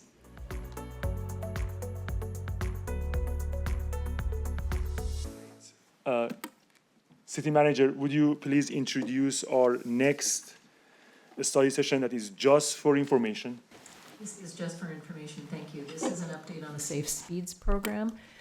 Staff is here from their transportation department to give you an update of this program, which reviews the speeds on our street network. It's part of our Vision Zero initiative. And with that, I'm just going to introduce Chris Long, John Murphy, and Benjamin Wright from Transportation, and hand it over to Chris. Thank you, Mayor Malkoutian, Deputy Mayor Hamilton, and Council. We're excited to be here on this information topic. We'll run through this fairly quickly. The key parts are covering the results of the evaluation corridors that we looked at, that we deployed after our last visit with you, and to talk about our proposed recommended speed limits that we're going to be communicating to the public and then bringing back to council for action in June. So again, we were here in May and we were able to deploy those speed improvements on 4 corridors based on your approval. And just a reminder that this is rooted in our Vision Zero program, where we are looking to reduce or eliminate traffic deaths and serious injuries by 2030, and safe speeds is a key component to that. The bad news is that the numbers for 2025, and these are preliminary numbers, are trending in the wrong direction. And so speed was a major contributing factor in many of these crashes. And so that is why we are even more motivated to get this program moving so we could see that impact. This is a key statistic that the roads that we are looking at, the 30+ mile per hour, represent 25% of our street network, but that is where 88% of our crashes are occurring that are involving fatal or serious injuries. And speed, as speeds increase exponentially, it increases the risk of that type of injury or death. And so that's why we are looking to control those speeds and bring them down. So with that, I'll pass it to John. Yes, thank you, Chris. Wanted to just quickly provide an overview of the results of what happened when we lowered the speed limit from 35 miles per hour to 25 or 30 on 4 corridors. These were corridors throughout the city. Upon receiving direction from council in June to lower these speed limits, staff went out and lowered them in July. And we let the community know about the change through some various communication channels. The good news is, through just changing the signs on these 4 corridors, is that we saw a roughly 20 to 40% reduction in high-end speeding. This is the speeding that is of most concern to us, the most dangerous type of speeding. These are streets that are near schools, near where people are walking, there are bike lanes, there are no sidewalks. So seeing that significant reduction was a real promising clue for us that we're on the right path in how we're evaluating our speed limits. Concurrent to the lowering of the speed limits, we had a 3-legged approach to our outreach. We had 2 community surveys where we were asking and getting sentiment around speed limits across the city. We had 500 responses. We were really focusing on in-person events as well, going to where the people are, and then hitting our digital and print communications that reach even more people in our community. Some of the high-level findings of our outreach are there's widespread agreement that speed is an issue, and that there's a direct impact to the safety of people walking and biking. There was specific interest in, if we're looking at speed limit reductions, to also look at other things like enforcement and engineering changes to the street. And when presented with the safety benefit of what lower speed limits can offer in terms of changing behavior, majority of our survey respondents were in favor of lower speed limits. I'll turn it over to Benjamin to talk about our proposed speed limits. Thank you. So what are safe speeds? As mentioned, this is part of our safe systems approach, and it is the highest speed that people should drive their vehicles on the street based on the context. we're not taking a one-size-fits-all approach. We're looking at every corridor and street individually to minimize the risk of a person being killed or seriously injured. And we're looking at all of our current 30-plus mile-an-hour streets. And this is the first time that we've evaluated our speed limits at a citywide level, even as we continue to grow over decades and become more dense, have more conflicts, and have more active transportation. As part of our study, we looked at the level of conflicts as well as the activity. Conflicts is broken into the density of crossing points like intersections, mid-block crosswalks, and driveways, and modal mixing is the infrastructure for people to walk and bike on a street separate from people driving. And then activity level, we look at things like the type and density of the land use, as well as things like on-street parking, bus routes, and other things that make a street more or less active. And so we measure those levels of activity and conflict and rate them high, moderate, or low based on the metrics we've developed. And we note that where the conflicts and activity are high, we generally would recommend a 25 mile-an-hour speed limit. And where conflicts and activity are low, we would recommend closer to a 35 mile-an-hour speed limit, which would be the highest recommendation for our street in our city. And then a couple just notes that where activity and conflicts are especially high, we looked at a 20 mile-an-hour speed limit. And where for certain other combinations, we wanted to maintain some flexibility and engineering judgment to decide between 25 and 30. And so that all factors into our recommended speed limits, which are shown on this slide. You can see we have two graphics to kind of break down those changes. In the first one, you see that the change in speed limits, we have about 20% of our streets that would stay the same under this recommendation. About 60% would go down by 5 miles an hour, and 20% the speed limit would go down by about 10 miles an hour. And then the other chart just shows the breakdown of the new speed limits. And then you see our map. And on the next slide, I want to just zoom into a couple areas for additional discussion. The first is in our downtown. Due to the high level of activity and conflicts there, we're recommending generally a 25 mile-an-hour speed limit. And there's certain areas around the downtown park and Old Bellevue that we recognize have a different character and the way the streets is used and functions. And so we're recommending a lower 20 mile-an-hour speed zone there. Additionally, we want to look at our borders with Redmond. There are a few streets like 148th Avenue, as well as a portion of Bellred Road, where the center line actually is split between Bellevue on one side and Redmond on the other. And so it's absolutely essential that those speed limits are agreed on by staff and council of both cities. And we've already begun presenting our proposed speed limits to Redmond. They're also working on a safe speed study, and we will continue to work together with them to arrive at a joint recommendation. And so with our implementation plan, we know the speed limits, we're likely to implement these in phases. Our goal is to just increase the number of signs so that that speed limit is also more visible. About every 30 seconds, somebody driving the speed limit would see a sign, and on larger streets, we would make those signs slightly larger per national standards. A way we might go about phasing this implementation is starting with our urban core, then looking at something like our high injury network for the next place to expand, and then finally covering the rest of our street network. And the safer speed limits, more signs, and then adjusting the signal timing. This is just the first phase of our program that we've planned. We also want to go in with additional tools to continue to manage speeds using technology like radar signs and speed safety cameras, using traffic calming tools like narrowing lanes, adding speed cushions and medians, and making our crossings slower and safer by things like raised intersections and raised crosswalks. So with that, I will turn it back to John to talk about our timeline. Yeah, just to round out our presentation here, our touch point today is right in the middle of this effort to evaluate speed limits. Our goal is to return later this year, tentatively in June, with the draft speed limits for your consideration to approve. Tonight does mark the first time that the community has seen these proposed speed limits, so outreach is going to be a continued emphasis for the project team to make sure that they're aware of the changes. There's definitely appetite, but they haven't seen these specific lines on the map, so we really want to get this out in front of the community. Again, emphasizing in-person events, our digital and print communications, and really helping to refine our implementation strategy and answer any questions the community has about this proposal.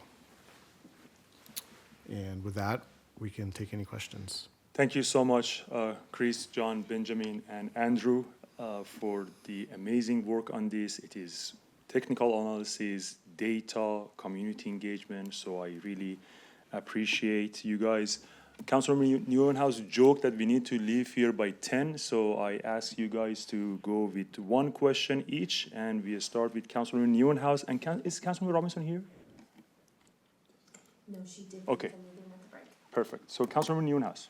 Thank you so much. Yeah, great presentation. I'm just going to get to a couple of just quick questions. So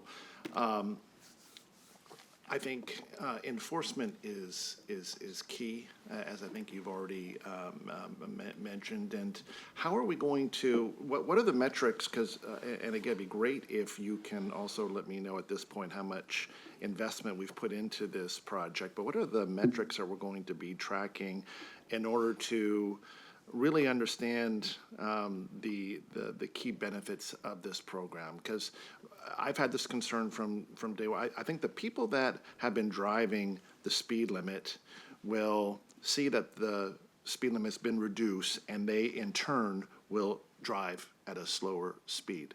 But if our goal is to impact those drivers that were doing the 40 plus before, are they going to adjust their driving habits because the speed limit now has been reduced? I'm not certain that they will. If they weren't doing it before, just because that number changed on their on that sign, I'm not certain they will, unless there is specific enforcement attached to it. I'm also concerned about, too many signs. Actually, this is something that I actually have talked to the director about, where you have, the signs like all over the city reminding everybody what the speed limit is. That's a little bit of a concern too, but obviously signs are needed and required. But maybe you can just touch briefly on my concern there about the enforcement, and then how are we going to, because you've put these additional tools here, but what is the I guess approach in terms of which tools and what levers you're going to start pulling if we don't see the kind of results, going back to the metrics that we're not seeing, that we kind of escalate those tools. Can you walk me through that a little bit? Yeah, I'll try to keep this quick. Thank you. I think, as Benjamin shared, this initial phase is really about setting the right speed limit. Yep. Similar to how we measured the after speeds on those evaluation corridors, we have a pretty strong commitment to continue that type of evaluation. Yep. So if we see a big delta between the future speed limit and actual operating speeds, that's our signal to look to those other tools that'll kind of unlock additional opportunities to reinforce that new posted speed limit. So if it's posted 30 and people are still going 37, well, maybe we need some speed cushions along that corridor that'll further reinforce operating speeds. Yeah, as we look to prioritize additional interventions to help achieve those speeds, the difference between the posted speed limit and what we see people going will be one of the main factors that we use in that prioritization. So do we do a study on speed every 6 months, every 12 months? Do we look at metrics of people that feel unsafe in general on certain streets, and we've heard feedback? Do we look at number of individuals that have been injured, or God forbid have perished on our street? I mean, these are the kinds of, I guess, things I would hope that we would be already thinking about. I know we're in early stages here still, but I just want us to be thinking about this so that we know exactly what we're tracking towards, and then we have those escalations in terms of the additional tools, and we can pull that when needed, versus this just being more of a it feels safe, but we're not sure, or we're not sure about the overall impact that it's having long term. Okay, thank you. Thank you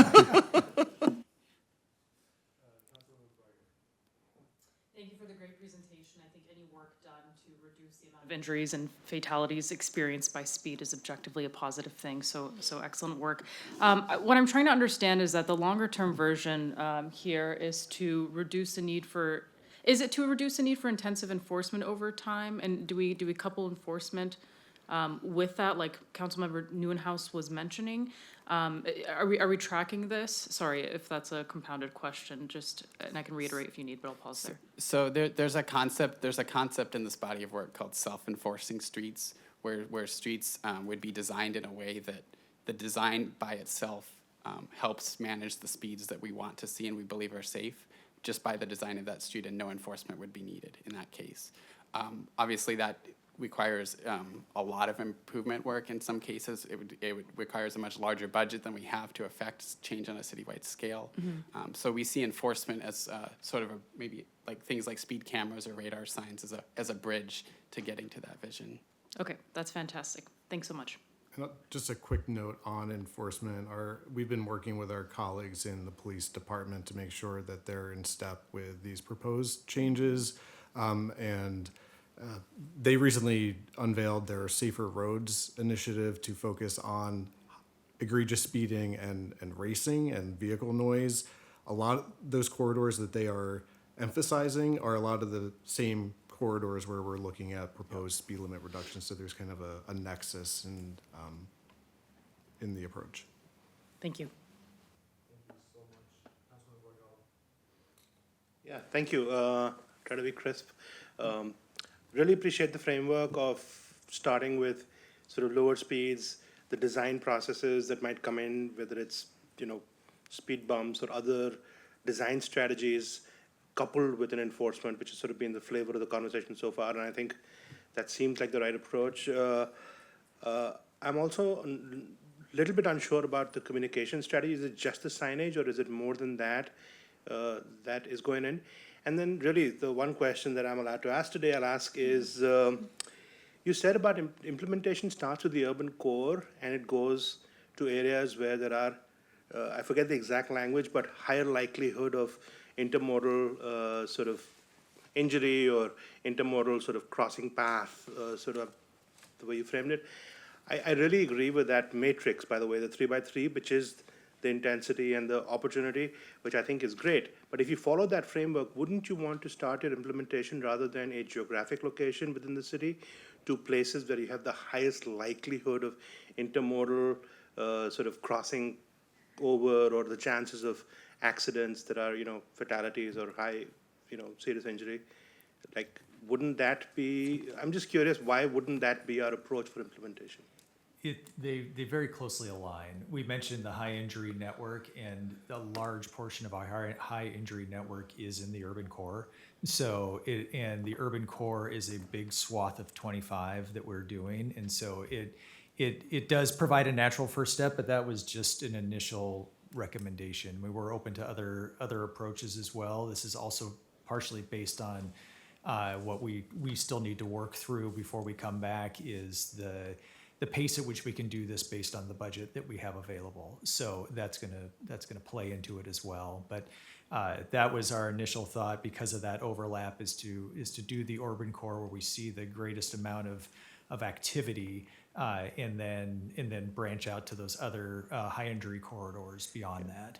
Yeah, I appreciate it. The only nudge that I like to that, I would just react to say that I would look at urban core or other parts of the city and try to isolate the places where we have the highest likelihood of injury, and then maybe focus on those as a thought rather than just within. I appreciate the concentration, maybe the urban core, but there might be a couple of places within the city where there's a really high likelihood of these happening, and they leaving them out, given the time it takes to implement and the sort of the learnings come through, and then we start to go to phase 2, might be worth considering.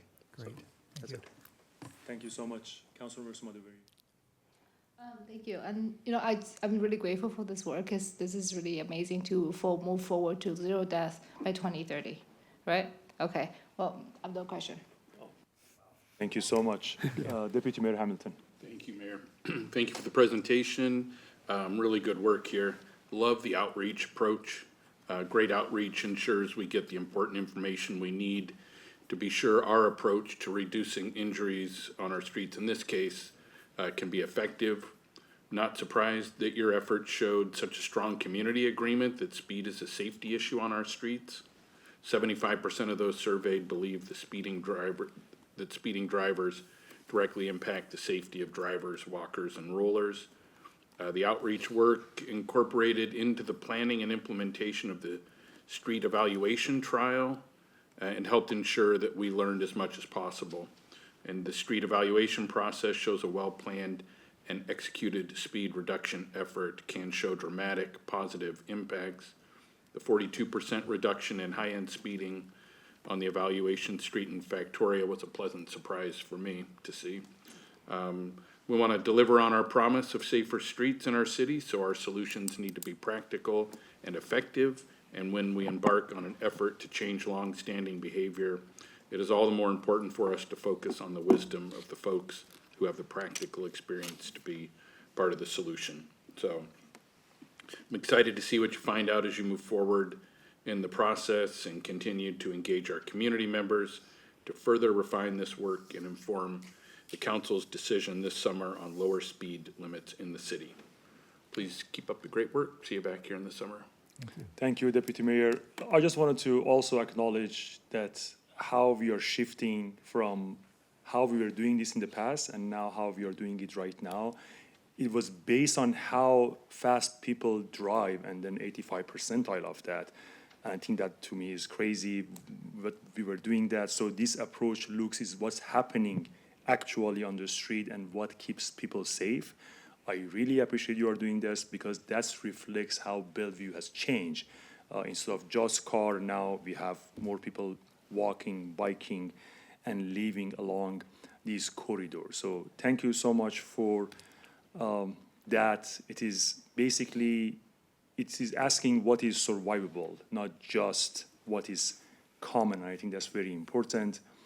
I appreciate also that we are preventing serious injuries and saving lives. I think that's exactly what this reduction is in speed is doing. Would love to see, as has been mentioned, the measure of success. I'm sure you are going to do, and I'm sure you are coming back with some data on speeds, crashes, and unintended impacts of this at some point in future. But my only question is, there were mentioned that there is some worry about drivers shifting onto neighborhood streets, and this going to be some diversion risk. But they haven't. Have you done any modeling that shows, okay, we are reducing the speed here? That driver that Councilwoman Newhouse was talking about, that doesn't care. He's changing his street to go to different street. Have we done any study on that and the risk of that? It's an interesting question. Generally although the street will be slower, we are also reducing the speed limits on our local streets too. So in a lot of those parallel routes that exist have seen treatments such as speed bumps to manage those speeds because they have, over time have been identified as diversion routes for whatever may be going on our major arterials. So it's an interesting observation that we'll need to keep an eye on. It's not something we were anticipating because of this effort, but that is a place that we can also be making investments because we will be trying to make sure that people are following the speed limits we're setting in those places as well. Great, thank you so much. I appreciate you all, and we are going to see you back soon. Yes, thank you. Thank you. Thank you. We have land use reports. Thank you, Mayor, Deputy Mayor, and council members. This is a quasi-judicial item that was in front of you last on January 13th for initial consideration, and tonight you're being asked to take final action on it. So I'm going to turn this over to our attorney, Trisna Tanis, to walk you through the necessary steps for this evening. Thank you, City Manager Carlson. Good evening, Mayor, Deputy Mayor, council members. This rezone application is back in front of you and to consider adopting an ordinance to approve the rezone for the property from OLB, that's office limited business, to NMU, neighborhood mixed use, land use district. This adoption would be consistent with the hearing examiner recommendation. As a quick reminder, council's role is to consider and then take action on this rezone application. You have now the benefit of the staff presentation, the administrative record, and the hearing examiner recommendation that were all presented to you a couple of weeks ago. Council has to do this in this quasi-judicial capacity. If you recall, this is like acting like a judge over this application. So there are some ethical obligations as well as the appearance of fairness doctrine that must be followed. So to put your compliance in the record, I'm just going to pause to see if there is any disclosure that you wish to make. Hearing and seeing none, I'll note for the record that there is no ex parte disclosures. To approve the application here, the reason has to be consistent with these criteria that are up here on your slide. First, the reason has to be consistent with the comprehensive plan. It has to relate to public health, safety, or welfare. Third, it has to be warranted in some way, either to achieve consistency with the comprehensive plan or to allow reasonable development of the property. The fourth criteria is to have the reason will not be harmful to other uses or other properties near this property. And lastly, the reason must have merit or value for the community. Again, the action tonight is to consider adopting the ordinance to rezone the property from OLB to NMU district. With that, I'll turn it back to you, Mayor. Thank you, Tresna. Do I have the motion, please? And then we can have I discussion. move to adopt ordinance 6899, approving the rezone application, rezoning a 4.55 acre property located at 999 118th Avenue Southeast from office limited business to neighborhood mixed use, and amending ordinance number 3149 to repeal and terminate application of this ordinance number 3149 as to this property. Is there a second? Second. Is been moved by Deputy Mayor and seconded by Councilman Bargava. Any discussion? All those in favor say aye. Aye. Aye. There is no opposed. The motion passes. Great. I think that's it. We can adjourn the meeting and see you all, I guess, next week. Great. Have a great night.